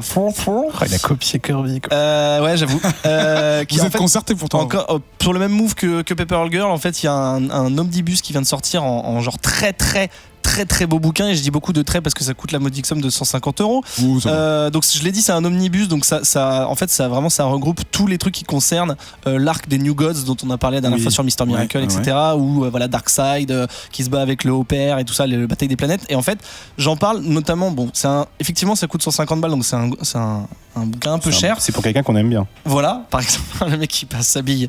Mais là où c'est intéressant, c'est que je trouve que c'est un arc qui est pas forcément très connu du grand public, et qui pourtant renferme beaucoup de bases, déjà parce que c'est Jack Kirby qui crée plein de trucs, et que c'est un arc, je vais appeler ça un arc cosmique de DC, qui est hyper intéressant, où il y a plein de héros super intéressants que moi j'ai à peine effleuré en découvrant Mister Miracle, tu vois, ou même Bug. Et donc voilà, en fait c'est parce que j'ai vu cette news que j'ai pensé à ce bouquin. Mais si vous n'êtes pas anglophone ou argentphone, c'est-à-dire que vous n'avez pas beaucoup d'argent, ça existe évidemment chez... Vous ne parlez pas l'argent. Voilà, vous ne parlez pas l'argent. Ça existe évidemment chez Urban Comics, qui s'appelle donc le 4e monde. Et c'est des volumes, donc il y en a 3 qui sont sortis. Le 4 sort en janvier, donc c'est pas un omnibus. Donc au final, je pense que tous les volumes reliés, ça coûte aussi cher qu'un omnibus. Mais chez Urban Comics, c'est vendu en volume. Ça coûte 35 € par volume. Et je l'ai dit, voilà, le 4 sort en janvier. Donc vous pouvez au moins offrir le 1, 2, 3 au pied du sapin. Et si ça plaît, il ou elle achète en janvier le 4. Adrien, t'avais une petite recommandation de Sous le sapin. De dernière minute, genre juste je rebondissais sur Ben qui dit les gens qu'on aime et Urban Comics et machin. Si y a des gens que vous aimez mais vous n'avez pas envie de dépenser 150 €, ce que je vous conseille, c'est juste de placer 10 balles dans l'édition Urban Comics de Black Hammer, parce que ce n'est que 10 balles, elle est augmentée genre de 60 pages de bonus, un truc comme ça, par rapport au TPB anglais, américain, genre ça bute. Et c'est vraiment le cadeau facile. Black Hammer, c'est genre tu connais pas, tu t'aimes bien un petit peu les super-héros, mais tu t'y connais pas en comics. Enfin, ça s'offre à n'importe qui. Pour moi, c'est vraiment genre le cadeau facile, quoi. Idée cadeau parfaite. Je crois qu'on n'aura pas mieux. Par contre, attention, parce que j'ai encore vu aujourd'hui en allant chez mon libraire que s'il y avait marqué 10 € prix de lancement, donc je sais pas jusqu'à quand ça va être. À Noël, ça sera bon. Ouais. Ok, oui, non, très bien, mais ça va pas. Dépêchez-vous, quoi, parce que je suis pas sûr que ça reste à 10 balles jusqu'à la fin des temps.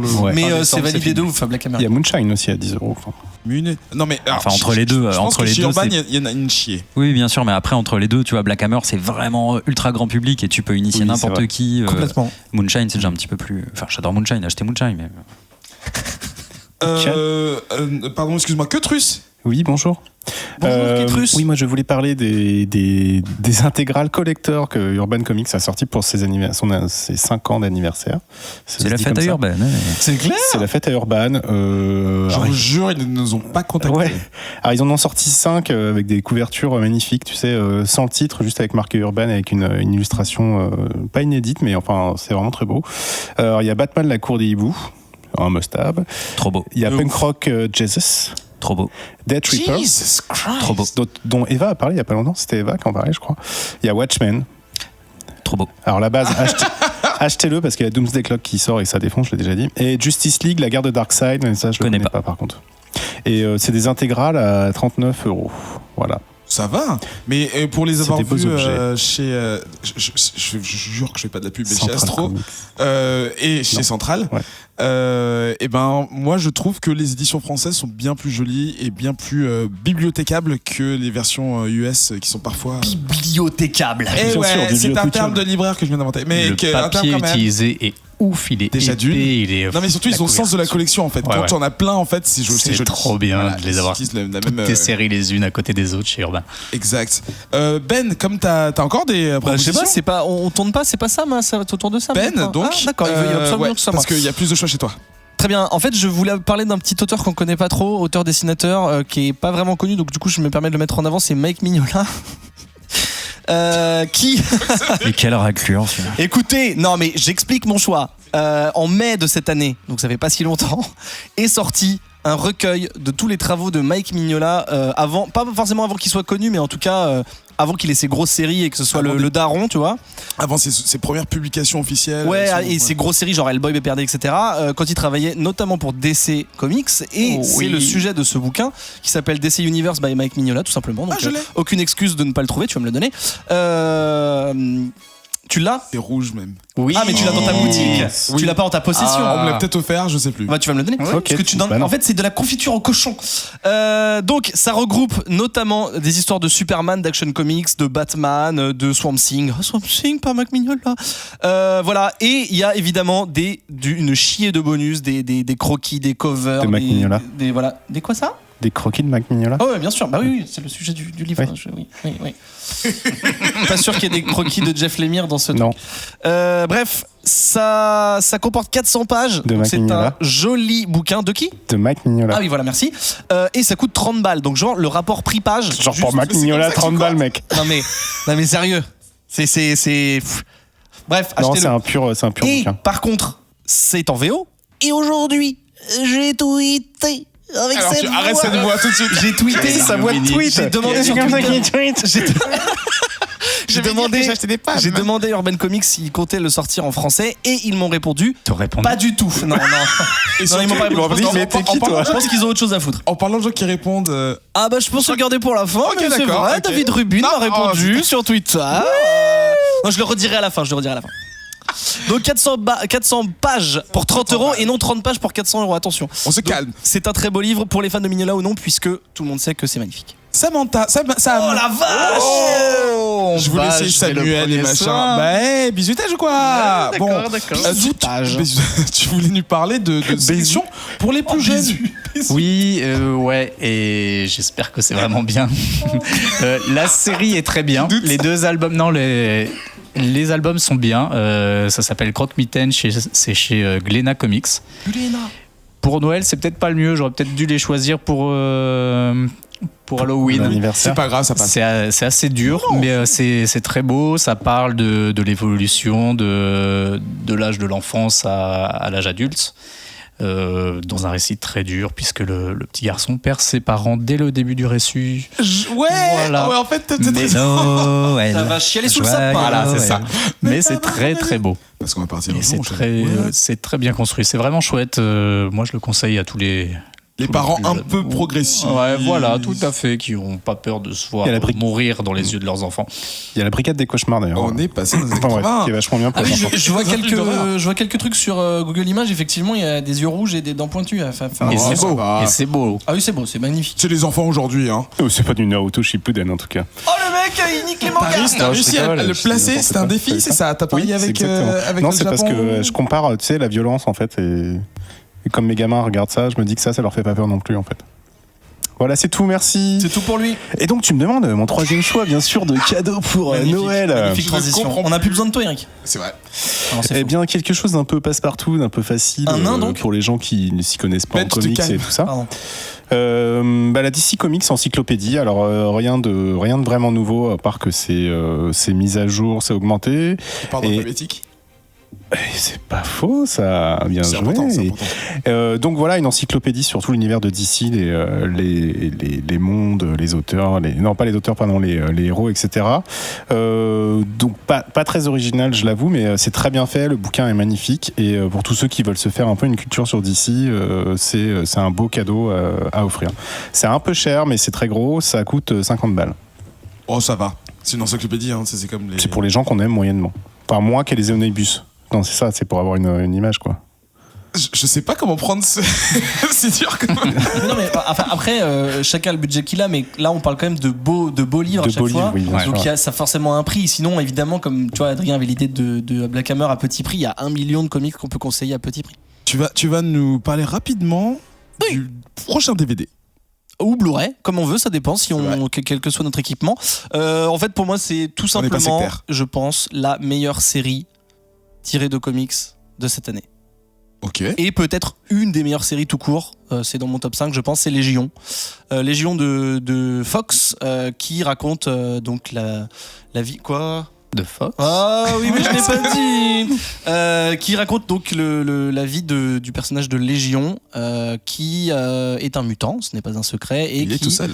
Et qui n'est pas tout seul justement dans sa tête. Ils sont beaucoup, et chaque personne a potentiellement un pouvoir différent. Donc c'est potentiellement aussi le mutant le plus puissant de l'univers. J'ai ça en commun avec lui. Mais là, la description que je viens d'en faire, c'est pas forcément indicatif de la série. Ce qui est vraiment cool, c'est que c'est très bien joué, c'est très soigné en termes de photos, de musique, de réalisation. C'est une des séries les plus soignées que j'ai vues cette année, vraiment. Hein, léché, exactement. Donc voilà, donc ça change un petit peu. Je parle en connaissance de cause, moi qui mate toutes les séries du Arrowverse, qui sont assez cheap en termes de réal et de qualité visuelle, mais que j'aime quand même. Voilà, donc en tout cas, ça vient de sortir en DVD. Oui, la série date de février, mais ça vient de sortir en DVD. Ça coûte 25 balles en DVD et 30 balles en Blu-ray. Vous pouvez le trouver dans tous les magasins, Fnac, Darty, Boulanger. Et je rajouterais qu'il y a un TPB français qui vient de sortir qui s'appelle Légion. Ah. Et Légion Prodigue d'ailleurs, donc je crois qu'il est basé là-dessus aussi. Et par contre, pour toute autre dépense, vous pouvez acheter nos Légions du talent, c'est les produits. Non. Ah, d'accord. Le veto est posé. Moi, je voulais vous parler, mais très très rapidement, parce que j'ai pas encore eu l'occasion de l'avoir dans les mains, mais je sais qu'il est sorti. Attends, stop. T'es pas sur le conducteur là qui m'a attendu. Oh, bah alors je reprends la Moi, main. tu t'appelles transition promo, je ne sais pas. Littéralement de me rajouter. Il prend la main sur le mien. Du coup, j'en profite, je prends la main. N'hésitez pas à acheter également le Hellboy Volume 2. Il est sérieux en édition deluxe qui est sorti il y a très peu de temps. Attends, quand tu dis deluxe, c'est librairie édition. Librairie édition. Ouais, c'est ça. Ouais. Ah, celle que je t'offrirai pas. Et puisqu'on parle de Mignola, on en profite pour annoncer que le tome 16 d'Hellboy sortira début janvier. Et est-ce qu'on rajouterait pas que Hellboy en enfer vient de sortir en librairie édition aussi. C'est trop beau. Et en édition chez IDW aussi, je crois que je l'ai vu. Putain, mais les fans de Mignola, quand tu es fou ensemble, c'est ça en fait. Infernal. Et encore, on n'a pas parlé de BPRD ou de Baltimore. Ça doit ruiner de ouf. De bien d'autres choses. Mais alors, j'en profite pour ne pas laisser parler Eric que mes deux acolytes et moi-même prévoyons une émission commun dans le futur où les reviews seront consacrées à l'univers de Mignola. C'est à peu près en janvier-février. On aimerait beaucoup. C'est vrai. On va le faire. Non, on le fait. On le laisse pas parler. Absolument. C'est pas long son anniversaire en plus. Tout ça pour dire que oui, chez nos petits camarades de l'autre côté, chez Geeks, je sais plus si c'est Geeks, enfin bref, les clairvoyants, vous savez, Fasque et Fox, c'est dur à dire. Dites-le plein de fois dans vos têtes, vous allez voir. Fasque et Fox. Non, Fasque et Fox. Flasque et Fox. Et c'est raté. Donc tout ça pour dire qu'ils ont un podcast qui s'appelle les clairvoyants. Les clairvoyants, ils sont à la piscine, les clairvoyants. avec les phoques. Les clairvoyants dans lesquels ils parlent du MCU, donc du MCU. Du MCU, dans lequel ils parlent des films, mais également des séries, et des liens qu'ils font avec les comics pour parler à la fois de l'origine des personnages et de l'application qu'il y a derrière dans les médias. L'application mobile. Je demande. On parle de cadeaux. Les deux mongols qui rigolent derrière. C'est clair. Et donc, Fasque Qu'est-ce qu'il est drôle. Oui, t'as vu ça a sorti un livre qui s'appelle Dans les coulisses du MCU, où justement, je pense qu'il se sert de sa connaissance et de ce dont ils ont pu parler dans le podcast pour justement aller un peu plus au fond des choses, les tractations, Perlmutter, Marvel Télé, Marvel Ciné, le fait qu'ils s'entendent plus trop, ce genre de choses. Si vous voulez en savoir un peu plus sur tout ce qui fait que le MCU est ce qu'il est aujourd'hui, à la fois deux entités, mais aussi cette machine gigantesque à produire des films jusqu'en 2049, eh bien, je vous conseille de lire ça. Et Fast, que si jamais tu veux me balancer une copie, je suis chaud. Et pour conclure, Ben, en plus c'est un peu triché. Parce que c'est pas tout à fait un comics, mais vu que le réalisateur de cette émission va adorer cette idée cadeau, il va couper tous les micros des gens qui diront que c'est pas bien. C'est en fait, ça concerne Rick and Morty, qui existe en comics, mais qui à la base est un dessin animé de Adult Swim. Et dans cette série magnifique que je vous conseille de regarder absolument plusieurs fois, il y a un épisode qui s'appelle Total Recall, du nom de Rick, et qui est un des meilleurs épisodes de la Terre, puisque des aliens arrivent des aliens un peu virus arrivent pour coloniser la Terre et prennent la place des humains en polluant leurs souvenirs, en leur faisant croire qu'ils ont toujours été ce qu'ils sont, alors que non. Et sur ce joyeux bordel, puisque plus ils vont être envahis, plus il va y avoir d'extraterrestres, plus il va y avoir de personnages foldingues. Le jeu dont je vais vous parler est basé sur ça. Il faut deviner qui est un humain et qui est un alien. C'est un jeu de cartes, donc un jeu de société de cartes où à coup de cartes tu vas devoir deviner qui est qui, etc. Il y a une clair. Voilà. Non, c'est pas clair du tout. C'est pas clair du tout, t'as pas compris. Mais t'aimes pas trop les jeux de société, toi, de toute façon. Ketrus, tu fais partie de la ligue. Donc ça a l'air coopératif, du coup, tu joues contre le jeu. Tout à fait, tu joues tous ensemble, puisque l'ennemi, c'est les extraterrestres et que toi, voilà. Merci. Enfin, quelqu'un qui fait partie de la ligue des joueurs ordinaires, c'est pour ça. Il a déduit. Bref, c'est de 2 à 5 joueurs, les parties durent une trentaine de minutes et ça vaut un petit peu moins de 20 €. C'est en anglais, par contre, ce n'est pas encore sorti. Je ne sais pas si c'est prévu en français, peut-être qu'un jour dans la ligue des joueurs. Donc tu peux pas jouer avec Elisabeth, c'était obligé de jouer avec Beth. Je ne sais pas. Okay. En tout cas, voilà, c'était juste pour essayer de mettre un petit jeu de plateau et de dire qu'on adore Rick and Morty, qu'il faut regarder la série et lire les comics. That's my catchphrase. Je l'ai très mal fait. Non. Eh bien, retrouver. Non, alors attendez, il faut que je décrive ça, s'il vous plaît. Donc, Adrien, je crois que c'est un grand, enfin, je crois, c'est sans aucun doute, un grand fan de Rick and Morty. Non, mais le rythme y était. Ouais, j'avais l'intensité, j'avais la volonté, ok. Sauf que il est à un demi-mètre de moi et il se tient la bouche en fait, en choc. Il a un couteau. Ça sera sur notre Instagram. Lâche le couteau. C'est genre, Eric, qu'est-ce que tu viens de faire? Tu viens genre de m'érailler l'oreille jusqu'à la fin de ma vie. Excuse-moi si je te fais tomber de ton piédestal, mais tu sais que c'est la 87e émission et c'est la 87e fois qu'il fait cette tête. Ah, ça j'ai l'habitude, c'est bon. Sauf qu'il est dans ton dos, tu ne le vois pas. Il s'est arrêté, il s'est figé, tu vois. C'est pour insister là-dessus. Donc retrouvez toutes les informations concernant les choix de l'équipe pour les propositions de Noël sur la page de l'émission sur radiokawa.com/comics-outcast ou simplement en suivant les liens Culture et Art et l'émission Comics Outcast. J'essaie de la mettre à jour juste après la publication de l'émission parce que c'est tout le temps que j'ai.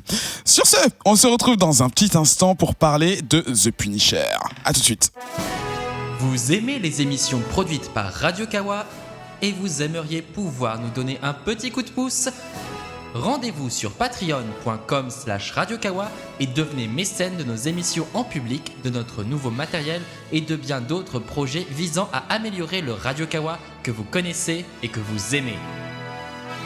Radio Kawa ne touche aucun revenu publicitaire, alors à vous de jouer sur patreon.com/radiokawa.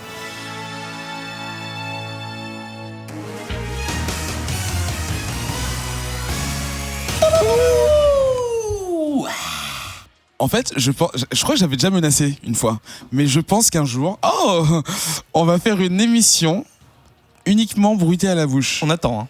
Non mais attends, il faut qu'il y ait des bonnes personnes. Il y a des personnes qui n'ont pas le rythme du tout ici. Il faut des gens qui ont des bouches, tout simplement. Je suis en train de réécouter les émissions en ce moment et je peux te dire que c'est une proposition qui doit exister depuis à peu près l'épisode 5. Eh bien...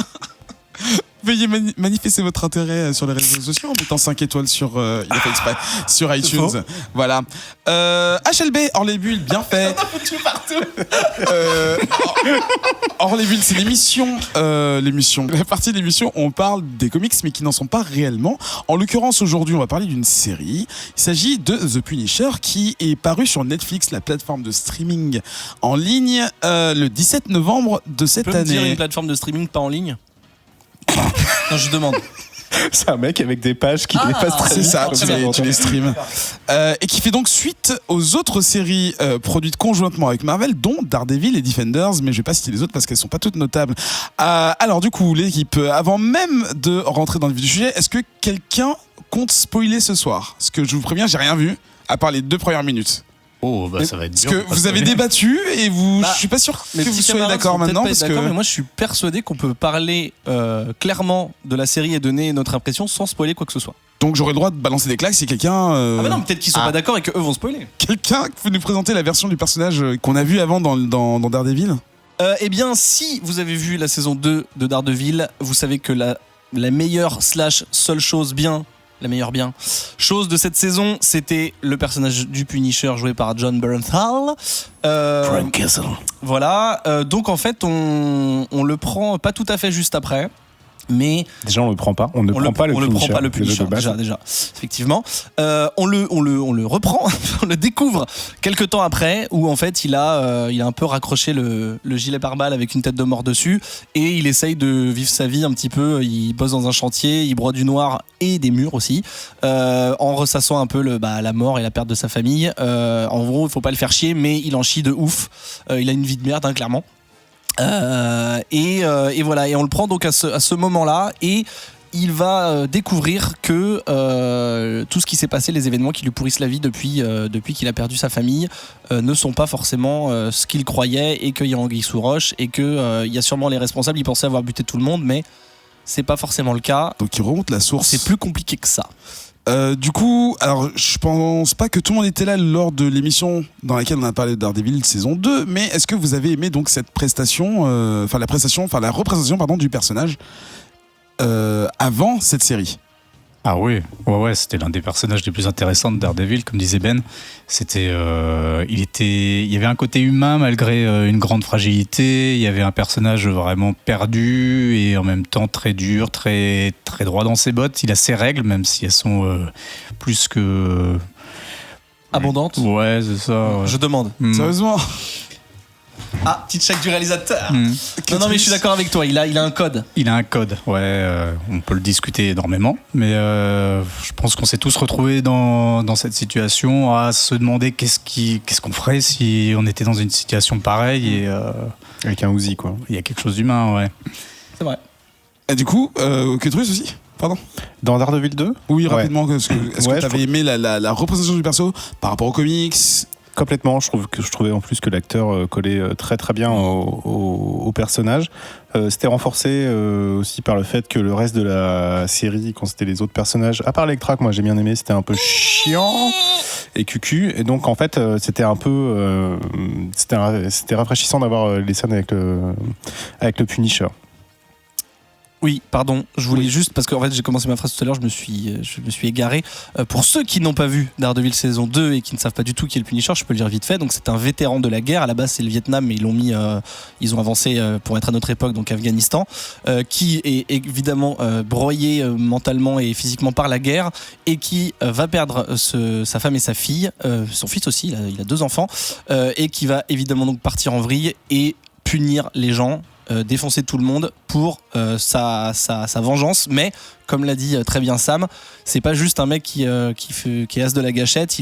Ça reste un militaire, et quelques critiques qu'on peut faire, voilà, il a un code et il a un honneur, etc. Alors du coup, connaissant le personnage, vous attendiez à quoi quand on vous a annoncé? Alors en plus c'était très rapide après la fin de la saison 2 enfin la fin, tout a été diffusé le même jour, mais après la disponibilité de la série, que Punisher aurait sa propre série à la fin de l'année suivante. Du coup, vous attendiez à voir quoi dedans que vous n'auriez pas, que vous avez pas pu voir dans Daredevil 2? Alors au niveau du contenu, je m'attendais. Au niveau du scénario, j'avais pas d'idée dessus. En tout cas, je m'attendais à quelque chose de hyper dynamique.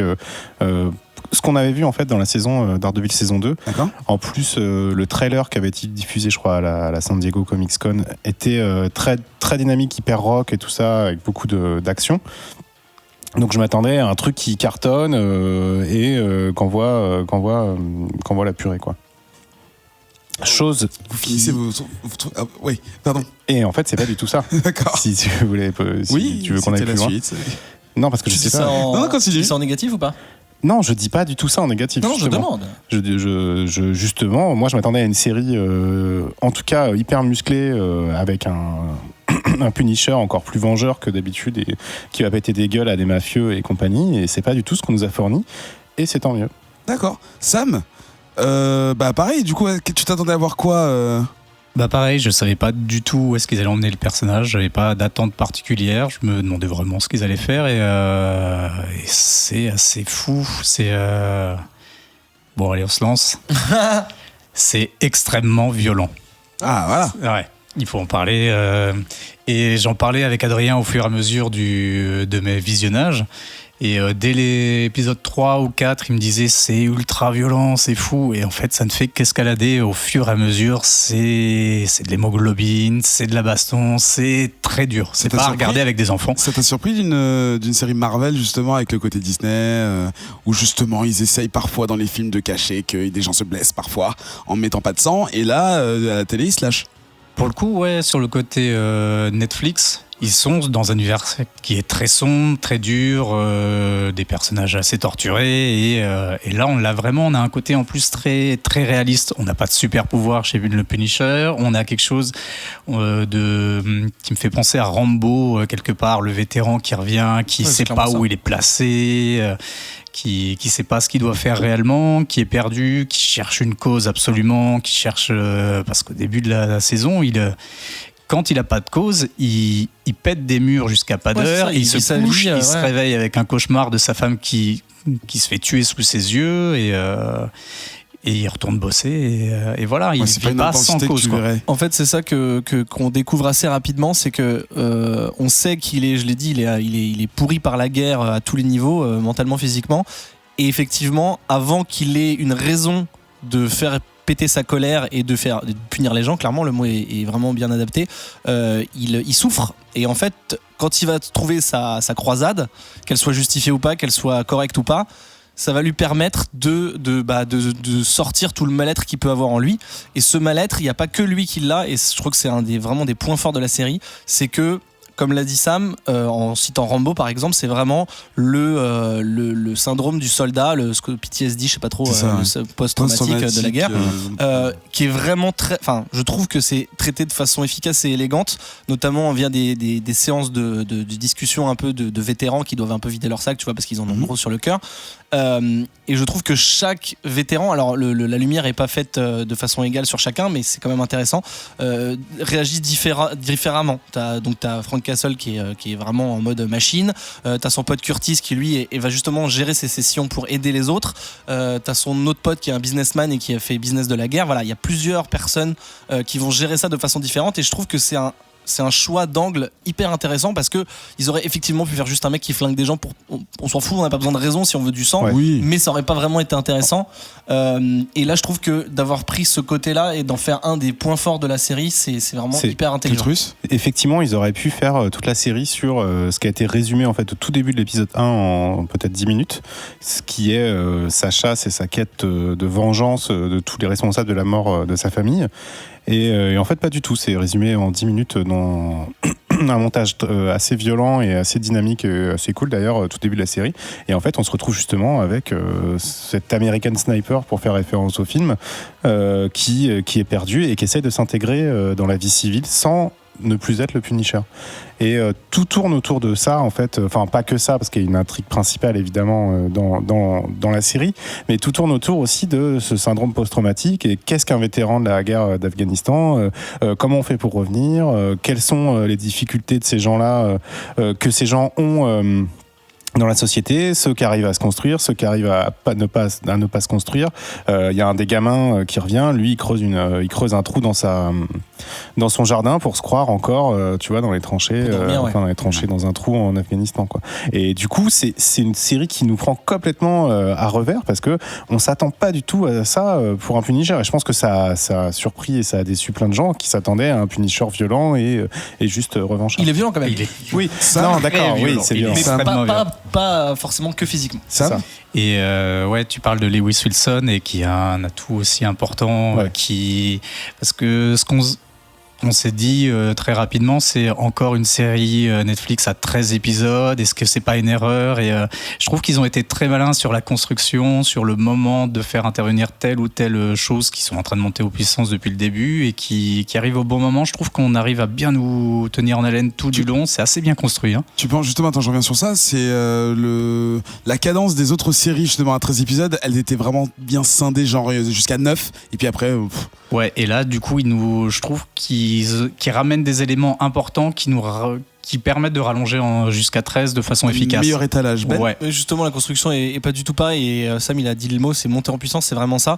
Et je pense que c'est aussi pour ça que les premières critiques presse qui n'avaient vu que les 6 premiers, je crois, ou les 4 premiers épisodes, en fait, avaient eu des avis assez tièdes. Je pense que c'est dû à ça, c'est qu'ils n'ont pas eu. Alors, on peut considérer ça comme un défaut de si t'as pas toute la série, c'est pas bien. Mais si elle a été pensée comme ça, et après, bon, ça relance le débat de on fait une série en épisode, mais en fait, elle est montée comme un film de 13 heures. Tu vois, mais je trouve que ça fonctionne vraiment très bien et en fait je voulais parler d'un autre des points forts que je trouve, je sais pas ce que mes petits camarades en pensent, mais je trouve que l'autre point fort c'est le personnage de Micro, c'est le second rôle masculin quoi, qui va être un peu son acolyte forcé, c'est-à-dire que ils vont pas forcément s'entendre tout de suite, c'est un peu l'amour vache. Et là où c'est intéressant, au-delà du fait que l'acteur est top et que le personnage est intéressant, c'est qu'en fait c'est lui qui va montrer les différentes couche morale et émotionnelle du Punisher. Donc évidemment, au cas où on l'aurait pas assez dit, c'est ultra violent et dès qu'il peut flinguer des gars ou même juste à main nue ou avec un couteau, il le fait. Mais tout ce qui est violence morale pour l'exulter, ça qu'on dit, Micro va être là. Et même sans s'en rendre compte, Frank Castle va, en se bastonnant, en se livrant avec lui, etc. Ça va être un peu son exutoire moral. Et je trouve que la relation, elle est vraiment super. Et après, ça emmène sur d'autres défauts. Mais en tout cas, ce truc-là est vraiment puissant, je trouve. On va arriver sur vos avis. Qu'est-ce que vous retenez en bien et en mal de cette série ? Ce que je retrouve en bien, c'est que ce qui est bien, c'est que justement, c'est qu'on nous offre quelque chose qu'on n'attend pas. C'est-à-dire qu'on nous offre un récit très ancré dans le réel et très adulte en fait, plus psychologique que défoulant, tu vois, au niveau des bastons et tout ça. T'as ton lot de violence, t'as ton lot de baston. Bon, tout n'est pas parfait, il y a des incohérences un peu comme on peut l'attendre partout. Mais pour moi, c'est la série Netflix Marvel la plus réaliste en fait. Celle qui est vraiment la plus contemporaine et celle qui te propose une autre lecture des super-héros. Ouais. Tu vois, au lieu d'essayer d'adapter un Punisher très comics en fait, tu vois, que je sais à quoi on pourrait comparer ça, peut-être, tu vois, un Daredevil, tu vois, qui sort, qui écoute un peu s'il y a des problèmes sur les fréquences de la police et qui va intervenir et même si tu arrives à mettre une trame derrière, en fait, tu as quand même cette espèce de boucle. Et là, en fait, pas du tout. C'est comme le dit Ben, c'est un film de 13 heures où on va nous proposer un vrai récit avec des personnages secondaires qui sont là, qui tiennent la route et qui sont pas juste, tu vois, un décor et une caution à la violence ou à des affrontements. Sam ? Ah pardon. Sam. Ouais, je suis tout à fait d'accord avec ce que dit Ketrus. C'est bien monté, c'est bien fait. On est vraiment ancré dedans, quoi. On y croit. En point négatif, par contre, il y a quand même un gros discours pro-armes. Je suis pas sûr de ça. Moi, ce qui me gêne le plus, c'est Karen Page. Non, mais ça, en fait, elle sert à rien. Non, mais elle fait l'apologie des armes à feu. C'est l'espèce de petit oiseau blessé au milieu de cet univers de violence. C'est le personnage dont on espère avoir un discours plus intelligent. Oui, mais pourquoi ? Parce qu'en fait, c'est un discours d'un personnage qui existe aussi dans la vraie vie. Donc c'est pas parce que elle est pro-arme que ça veut dire que toute la série l'est. Je pense que ça représente son avis. Le seul autre personnage qu'on interroge sur le discours pro-armes, c'est le sénateur qu'on fait passer pour un gros con, un guignol de première, quoi. Et le côté vraiment pro-armes, moi je l'ai ressenti de façon très désagréable. Ok. Ben ? Non, mais je suis pas d'accord. Enfin, je suis pas d'accord. Je suis pas d'accord pour dire que la série est pro-armes, mais après je peux pas contester le fait qu'il est ressenti comme ça.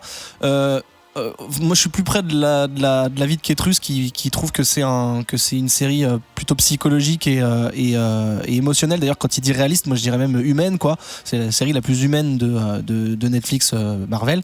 Je l'ai pas ressenti comme ça. Je comprends ce que tu veux dire, mais je trouve que ça se base vraiment, tu vois, notamment le fait d'avoir traité les vétérans de cette façon. Je trouve que alors ça veut pas dire que c'est pas pro-arme, mais en tout cas je trouve que ça équilibre la balance et que chacun peut se retrouver, et que là où c'est intelligent, c'est que voilà, ça met la lumière sur peut-être pas toutes, mais beaucoup de facettes de gens qui sont confrontés à ce débat, armes, militaires, machin, est-ce qu'on doit envahir tel pays, est-ce que après quand on revient, est-ce qu'on est brisé ou est-ce qu'on peut se réinsérer dans la société, voilà. Il y a tous les sujets qui fait que l'éventail est plus large que juste arme ou pas arme, je trouve. Ouais, je suis tout à fait d'accord avec toi, hein, c'est pas... mais le côté, ce côté-là, m'a gêné. Sur le reste, je suis tout à fait d'accord, hein, c'est vraiment bien mis en scène, c'est le côté vraiment très intelligent des vétérans de tout ça. Ton point négatif, Ketrus ? Alors justement sur ce côté pro-armes, moi j'avais lu un article sur je sais plus quel site d'information américain qui parlait de cette espèce de fascination qu'avaient les forces de police et les militaires aux États-Unis en fait pour le Punisher, mais bien avant cette série en fait, pour tu vois le côté le crâne, il y a une police dans une ville aux États-Unis, ils ont le crâne du Punisher sur la voiture, etc. Et en fait, c'est fantasmé. C'est-à-dire que c'est quelque chose, en fait, ils vénèrent un peu, ils idolâtrent ce personnage-là, parce qu'il y a ce côté, je vais punir les méchants sans le problème administratif, sans le problème de la loi, et ces gens le méritent, etc. Et en fait, c'est un peu plus complexe que ça, et l'auteur qui a écrit justement la série en parle, et pour lui, c'est pas... alors, je sais pas si c'est pro-arme ou pas pour lui, je connais pas sa position, mais que justement, ce personnage du Punisher et la façon dont il le montre aussi d'une façon très négative. Pour moi, en fait, dans cette série, le Punisher, c'est un fou, c'est un con, déjà. C'est pas un héros, hein, c'est pas un héros, et en fait cette violence est tellement crue que moi j'ai pas envie de prendre une arme. Alors après, c'est vrai qu'il y a toute cette phase avec Karen Page et le sénateur anti-armes qui est assez bizarre, donc j'arrive pas trop à me situer dans cette série, et en même temps t'as aussi des discours un peu à la fois plutôt pacifiques par rapport aux militaires qui reviennent, et en même temps il y a toujours ce côté un peu faut se défendre avec nos armes. Donc je sais pas, en tout cas faut vraiment regarder cette série avec ça en tête et justement réfléchir par rapport aux sujets qui sont abordés et pourquoi est-ce qu'il nous montre autant de violence, pourquoi est-ce que Frank Castle est aussi fou, et etc. Et donc j'enchaîne juste sur mes points négatifs. Il y a des lenteurs. Je trouve que effectivement un truc qui est reproché à cette série-là, et je peux le comprendre, c'est que de temps en temps le Punisher est un peu trop pleurnichard. Ou un peu trop, il montre un peu trop ses sentiments, et comme le disait, je crois que c'est Joe qui disait, moi j'ai pas envie de regarder une série du Punisher où il parle avec un copain en robe de chambre en peignoir dans une cave, ce que je peux comprendre, même si moi je trouve ça, il y a des choses, c'est assez caricatural de la façon dont il le dit, donc c'est vrai que des fois il y a une exagération un peu en boucle de je me plains, je montre mes sentiments, je vais me bastonner, je me prends 3-4 bastos, on me soigne, je me plains, je vais me bastonner, etc. Donc c'est vrai qu'il y a une petite répétition à ce niveau-là qui est un peu désagréable, mais en fait je trouve que tout le reste et tous les personnages secondaires apportent assez de richesse pour qu'on puisse être indulgent sur ces côtés-là. Mikoto ? Je vais d'abord dire mon point négatif. Je trouve que c'est en fait la majorité, enfin les seconds rôles féminins sont, je trouve, un peu gâchés. Je disais un petit peu tout à l'heure, pour être un petit peu taquin, que Karen Page sert à rien, mais je trouve que c'est un peu ça. Enfin, c'est-à-dire que je trouve qu'elle apporte rien. Ça fait un peu pièce rapportée pour montrer que c'est connecté au reste. Je sais pas si c'est la vraie raison, mais en tout cas, j'aime beaucoup cette actrice en plus, mais je trouve que là, elle a pas vraiment d'utilité. Et l'autre rôle féminin dont on n'a pas du tout parlé, c'est une enquêtrice du FBI qui s'appelle Dina, qui enquête notamment sur des meurtres qu'il y a eu en Afghanistan et qu'il y a ici, enfin aux États-Unis. Et en fait, son arc aurait pu être hyper intéressant, son enquête qui va finir par se recouper avec les autres événements et tout ça. Je trouve que c'est très dommage parce que du fait que... Alors en fait, c'est un peu le revers de la médaille, c'est du fait que le rôle principal c'est le Punisher et que John Bernthal vole vraiment la vedette à l'écran, il en impose vraiment. Même pas forcément quand ils sont confrontés ou pas, quand c'est des scènes séparées, c'est juste que t'as beaucoup plus de scènes qui sont centrées sur lui. Et je trouve qu'elle a été un petit peu minimisée, et alors que l'actrice est bonne et que le personnage est intéressant. Je trouve que c'est un peu dommage que ces personnages-là soient mis un petit peu en retrait. Enfin, moi, c'est comme ça que je l'ai ressenti. Elle me fait penser à Betty Boop, l'actrice, je trouve. Vraiment trop fort, avec une grosse tête. Mais ça, c'est le côté négatif de la médaille, parce que je trouve vraiment, pour moi, c'est vraiment le gros point fort, c'est l'acteur principal, John Bernthal, qui, je trouve, est vraiment génial. Même moi, je faisais partie des gens qui avaient peur quand je l'ai vu dans Daredevil saison 2, en me disant putain, mais moi, j'imaginais un Punisher beaucoup plus baraqué, beaucoup plus imposant physiquement. Et je trouve que ça m'a gêné au tout départ, mais en fait là dans Daredevil et notamment dans cette série, au final je trouve qu'il a autant de prestance, pas même physique, c'est-à-dire que même les émotions qu'il peut véhiculer, pour moi la violence elle est pas forcément qu'un mec qui fait 2 mètres de large, c'est aussi, voilà, je l'ai dit, il a plusieurs couches d'émotions, il a différentes folies, il a différentes façons d'exprimer sa violence, etc. Donc je trouve que il porte la série, c'est sûr, et c'est vraiment le gros point fort, et je pense que c'est une série assez intéressante. Ultime question, est-ce que vous voulez d'une saison 2 après, parce que vous avez tous les 3 tout vu, les 13 épisodes, et du coup est-ce que vous êtes assez satisfait pour en vouloir encore plus?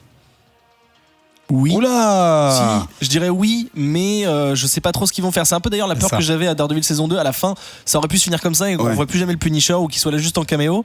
Au début de la saison, je me suis dit alors qu'est-ce que ça va être? Et au final, c'est bon, ça part très bien. Là, je dis pas que ça se finit il y a pas de suite possible, mais je sais pas trop ce qu'ils vont faire pour enrichir le personnage. Est-ce que ça va être une nouvelle intrigue? Est-ce qu'il va teamer avec d'autres gens? Je sais pas, mais je suis quand même curieux, bien sûr. Ouais, je suis pas sûr, moi. Enfin, pas parce que j'ai pas aimé la saison et la série, mais parce que qu'est-ce qu'ils vont faire, quoi. À part justement faire une saison 2 hyper sous testostérone, quoi. Ça va être compliqué de refaire un scénario qui se tienne, en fait, et qui est relié surtout au précédent. Et Sam? Je suis assez d'accord aussi avec Ketrus. J'ai beaucoup aimé cette saison. Je vois pas trop où est-ce qu'il pourrait aller. Ceci dit, on sent qu'il s'ouvre les portes pour une saison 2 s'ils le sentent sur le dernier épisode. Et on verra bien. Ça peut être bien, c'est toujours la grande question. Ouais. Donc cette série est toujours disponible sur Netflix. Donc pas pour tout le monde, hein, quand même. Est-ce qu'il y a un âge que Netflix France Putain, mais 36 ans. Ouais, non, c'est assez. Pas moins de 16 ans. La violence, elle est vraiment crue, hein, ouais. vraiment. Sans même parler des scènes de guerre qui évidemment sont violentes, les scènes de quand il fait des carnages, en fait, c'est vraiment très. Je dis ça parce que j'en ai regardé 10 minutes et que j'ai failli gerber. Le dernier épisode, il est particulièrement. Non, mais je pense que ça doit être dernier. Malgré tout, ça doit être moins de 12 ans. Quand même, Adrien, je pense. Ouais, en fait, je vais intervenir vite fait juste pour dire qu'en fait, c'est une des seules saisons Netflix de séries Marvel que je ne peux pas binge-watcher. C'est impossible. Ouais, c'est trop fat. Parce qu'en fait, il y a vraiment, pour moi, une overdose de violence graphique et psychologique. Hein. C'est-à-dire que vraiment, c'est dur, quoi. Et il y a dedans des scènes qui sont, c'est pas juste de la violence. C'est-à-dire qu'on voit des hommes abattus. Pour moi, en fait, il y a un truc. Je suis pas sûr que tout le monde soit prêt à voir un homme se faire abattre d'une balle dans la tête. Avec la froideur qu'il y a dans cette saison. Quoi. Ouais. C'est pas bête d'avertir les gens. Ouais, non, c'est vraiment pas con, je trouve, d'avertir les gens, des espèces de gens qui se font exécuter dans le désert. Moi, je suis pas chaud. J'ai vraiment hésité à arrêter la saison. Rapidement, je viens de me connecter sur Netflix pour tester. Il y a marqué catégorie d'âge 16 ans et plus. Accord parental souhaitable. Certaines scènes peuvent heurter les enfants. Et ce programme est violent. Donc c'est vraiment. Donc c'est important. Vous retrouvez donc toutes les informations des comics et des séries et des films et des recommandations qu'on vous a faites sur le site de Radio Kawa. Faites-nous part de ce que vous avez pensé de ce que vous a présenté. Il y a beaucoup de propositions, encore une fois, les auditeurs. Sur Twitter et Facebook dans le Bouya Comics Club. C'est la fin de cette émission. La la la la la la la la la la la la la la la la la. Ah non. Là, voilà. C'est la fin de cette 87e émission. Vous retrouvez toutes les informations donc sur le site et sur Twitter et Facebook. On se retrouve le 25 décembre au matin. Non, je déconne, le soir, jamais ce sera posté le matin. Pour la 88e émission. C'est une émission toujours produite et réalisée par Radio Kawa. Réalisée par Adrien Larousse et surtout. Oui, aussi. Et retrouvez-nous en téléchargement sur... Encore une fois, Internet, iTunes, sur Adrien Larousse et surtout. N'hésitez pas à nous mettre 5 étoiles et laisser des commentaires sur iTunes, ça va. Ouais, c'est important. C'est super important. Ça fait un petit moment qu'on n'a pas eu de commentaires. Si vous avez jamais laissé de commentaires, laissez un commentaire. Voilà, et si vous l'avez déjà fait, refaites-le. Et je sais pas si ça change quoi que ce soit. On va dire au revoir aux chroniqueurs. À bientôt, Sam. À bientôt, Eric. Ça va, première pas trop. Super, j'ai été bien reçu. C'est vraiment super. Encore heureux. Que truc, à bientôt. À bientôt, Eric. Attends, j'ai pas demandé Sam, on te retrouve quelque part? Vous pouvez me retrouver sur Twitter, Sam le Piranha. Twitter. Sam le Piranha, meilleur nom. Ou sur le Bouya Comics Club. Oh, il est très actif. Que truce. Merci, à bientôt. Merci, Eric. On à bientôt. retrouve vous. On retrouve sur Whisperos. Et sur la Ligue des Joueurs Ordinaires. Sur Whisperos.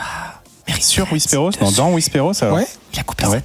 Je sais pas, tu corriges mes prépositions. Et dans la Ligue des Joueurs Ordinaires aussi. Mais t'y es pas dans celle-là, c'est beaucoup plus reposant. Mais toi aussi, on te retrouve dans Whisperos, c'est vachement bien. Et en plus, on enregistre l'émission dans la semaine, c'est génial. Et toi, Ben, alors ça va? T'as bien fait une bonne écoute, émission? ça va plutôt bien. Moi, j'étais content de faire cette émission avec vous deux et je suis content que ça s'en fout. Et tu te retrouves en face, rien à foutre. On me retrouve. Si, Adrien, super. On me retrouve évidemment sur Internet, 3615 Internet. Et c'est cool, c'est quoi? Je suis pas sûr qu'il y en ait ce mois-ci parce qu'on est déjà bien avancé dans le mois de décembre. Mais en janvier, en plus, je crois, Adrien, j'ai le sujet, ça y est, je vais t'en parler juste après. Avec Jojo et Adrien. Et aussi, écoutez, tous les mardis soir de 19 à 21 sur JVTV dans le syndicat du screen, on parle ciné-série. Mais le 19, c'est la dernière émission de l'année et on reprendra en février. Waouh, hiatus de ouf. Adrien. Oui. Je l'ai fait de loin. Ça faisait un peu Rocky. On te retrouve où? Retrouvez-moi sur internet, sur Twitter par exemple, Adrien Larouzé Z2E. Pourquoi t'as fait comme ça maintenant? Surtout peut-être les gens vont finir par croire que tu sais c'est genre Adrien Larouzé puis ensuite tu rajoutes Z2E, tu vois. Non. Enfin bon, voilà. Et puis également à la réalisation de C'est cool c'est quoi donc. Oui. Par exemple. Donc à partir de février. Non, t'as rien compris. Il a rien compris. Les auditeurs ont compris, pas de problème. Mais les gens comprennent. Oui, les Français comprennent. Ah, bien. Au revoir. Maman, wouh. Merci, wouh.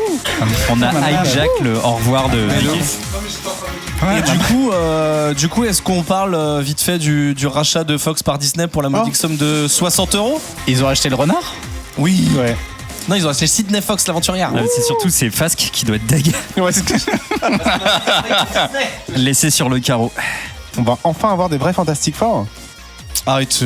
Ouais, quoi, c'est vrai. Non, c'était nul. Jamais. Il était nul. Non, le plus intéressant, c'est éventuellement d'avoir peut-être des X-Men. Ça serait trop cool. C'est marrant comment dans Marvel Capcom c'est marrant Infinite. comment le premier réflexe des gens quand il y a eu cette news, c'est de se dire ok, il y aura les X-Men chez les Avengers. Alors que Fox, c'est 1 million d'autres trucs que les super-héros.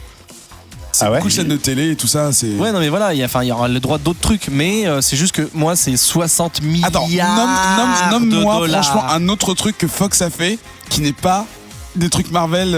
Fox Mulder. Ouais. Sydney Fox. Mister Fantastic Four. Ouais. Fox. Mister Fantastic Fox. Oh, c'est joli ça, c'est un crossover de malade. Wes Anderson. Il y a aussi quoi? Il y a. Et Roald Dahl aussi à la base. Go Fox Yourself. Ouais. Les Red Sox. Les Red Fox. Les Red Fox. Les Red Fox. Ouais. Red Fox. Bah oui.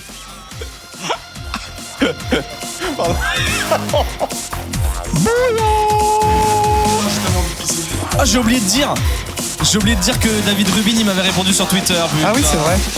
J'arrive, David. Attends-moi. Ah, c'est pour ça que t'étais bien habillé aujourd'hui. Ouais, mais c'est parce qu'il paye Rubin sur l'ongle. Oh.